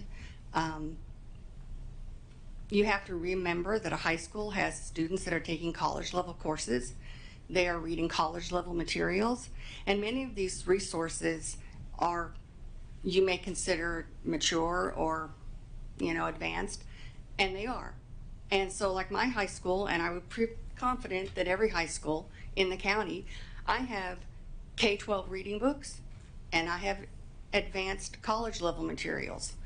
So if there's a book challenge that one of my students has read, I can look at the history of who's checked out the book. And I could, if I was going to have a student on a committee, they would have already read the book. I wouldn't poll a student who has never read the book, as for the same reasons you're saying. But their perspective on the effects it has for their grade level and their life experience is very valid. Yeah, I don't think I'm discounting that you could ask a student. We had a review committee that did just that. What I'm saying is that the law was written with the intent of an adult making a decision about a book. So I'm not saying you can't restrict the decision or the input of the student. I'm saying that I think in my mind the law was written toward more of the adults making the decision once the book was challenged. I could be mistaken, but I think that the textbook commission includes students in their review panel. I don't know. I'm not sure. I know the law didn't put it in there. I don't think, if I'm not mistaken. It does it, Todd? I think it says. I think it says parent. No, the law just instructs the board to create a policy for how to select materials, number one, and then number Right. two, how to evaluate challenges or feedback from a student or a parent. Ms. Andrews. Yeah, what I want to say thank you to all our librarians. Y'all have been a very engaged group. I appreciate the feedback, the constant dialogue. I'm not sure that anybody up here has a degree as a librarian, and so you don't know what you don't know. And there's a lot specifically with library I don't know. So I appreciate the information so that I can then help make informed decisions. And it just gives me a different perspective. There's lots of things I was like, feedback when it was talking about, the review committee and about, selecting materials and so forth. And they were like, that's my job. And I'm like, you're right. That's 100% your job. Like, y'all are professionals. So I just want to say thank you for that. And I'm just curious, is there anything, because I'm not familiar with the system that you use in your libraries, and do you feel like with just kind of your job, the current challenges and so forth, do you feel like that you have what you need as far as technology or your cataloging system, or is there any type of component that would make these types of processes easier, better for both you as well as parents? I mean, it's meeting our needs at the moment, so I'm not sure what else. So I know there's conversations as far as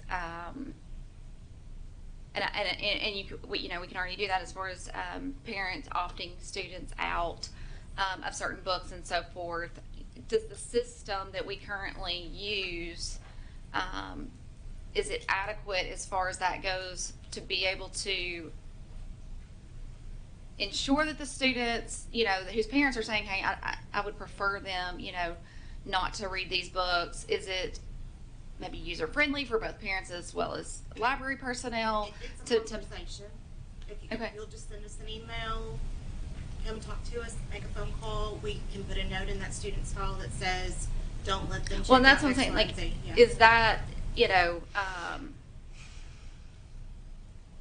when you have buildings that, you know, there's a difference between the librarian that's at Oakmont and the librarian that's at Station Camp High School, as far as students and being able to, So for parents to go in and mark that they or don't to want. say, yes, or, books, you know. that's not currently an application. Okay, is there a way, like, if a parent contacts you, emails you and says, hey, I would prefer for my student to not read this level of book, you know, I would prefer them not to do young, you know, readers or graphic novels or so forth.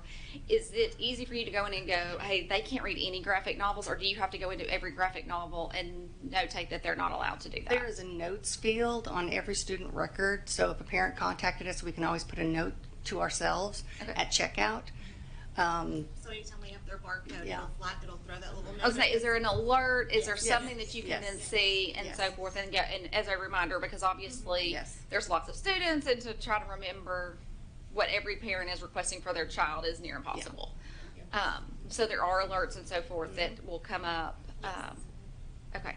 What about as far as like a form or part of Skyward? Would that make it easier for if a parent wants to opt out so that you have a consistent, documented way? That idea around with Scott a little bit. Yeah, and I actually talked to Mr. Johnson as well. Yeah. About the opt-out and making it like an opt-out like they do for, I don't want my child to have photographs, you know, to put the onus on the parents back to mark that form. Mr. Langford, did you want to say No, something I think about that's what we had talked about, is some way to, I think Mr. Lancaster said earlier, like we put everything out there in terms of access to the, what's in the library, and give parents the maximum opportunity to correspond. I mean, I think obviously the preferred way is to talk directly with the librarian so that they can get to know your family and help your child find appropriate books, but then also to have, you know, we have that for parents that don't want their child's picture taken or to be a part of surveys or, you know, other health screenings and things like that. We could easily do the same thing. Just put that on there. I think it's difficult because of K-12 to have to word it in such a way you cannot eliminate a K-5 student from going to the library. It's part of the specials rotation, you know?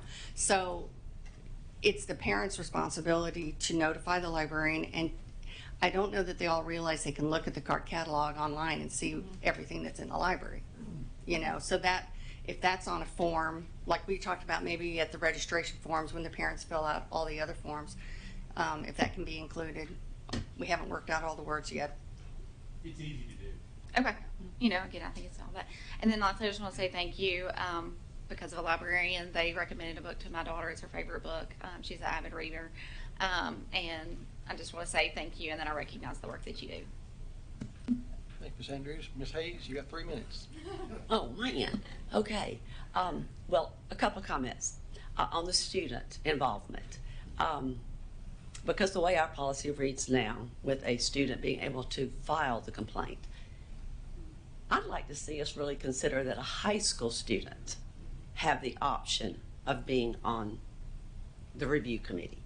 Like you stated, if they had already read the book and you know the history, and parental permission, that the student could serve on the review committee. I feel this personally would be valuable.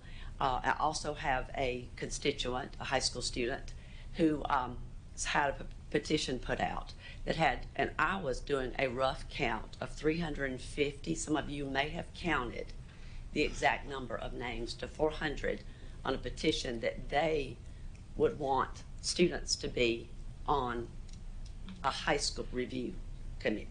So I would like for us to consider that. I know we've come a long way with technology, with the barcodes and putting all the books online. But back in 1997, when Harry Potter came out, I felt like my children were not ready for that.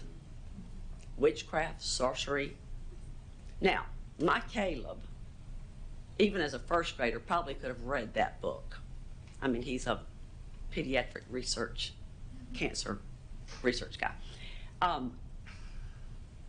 They read them later. I did not feel. I spoke to the librarian.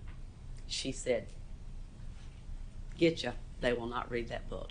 So it's a conversation. You make notes. Now it's barcoded. Now there's red flags that go off. But parents just need to make that communication to the librarians. And you all will do that job if the student will not read them. I appreciate all that you do. All that you do, the librarians that are in the room. Thank you. Thank you, Ms. Hayes. Just have about 30 seconds. I have 30 seconds. I was wanting to ask what process you use and what resources you use to determine age appropriateness for a book when you are making book selections. Do you have a grade level in mind? Yeah. A what? Do you have a grade level in mind? Well, any It's grade pretty much level. the same. There's standard resources. Wilson is a big company that's been around for What's the name of it? 75 years. Wilson. Wilson, and they have collection development guides, school library journal, Kirkus reviews, book list, all these different publications that do book reviews. Most of the vendors will have book reviews on the site. Primary vendors, Follett School Solutions, and they have multiple book reviews. So when we pull up a book title that we're interested in, or an author that maybe we're going to add another book, we can look at book reviews right there. We talk to each other a lot. We'll email each other. Do you think this is appropriate for middle school? And I'll be like, Common Sense Media, some I of us use use Common that. Sense Media for the most part for parent reviews, because I want to know what parents. Common Sense Media. Yes. So that's, and that's, they have all kinds of media, not just books, like they have games and all kinds of things. So you consider those reliable sources? Yes. Thank you. Thank you for all you all do. Dr. Phillips has one more thing he wants to say, and then we will be adjourned. In this policy for the future, you need to figure out how you want to handle if a book's challenged and it's in multiple schools. What are you going to do? Because that's coming. So you got to decide if we're gonna say it's not age appropriate in one school. Does that mean every elementary school? Does that mean every high school? It's a tough one, and we got to figure that out. Okay? Because that's got to be answered.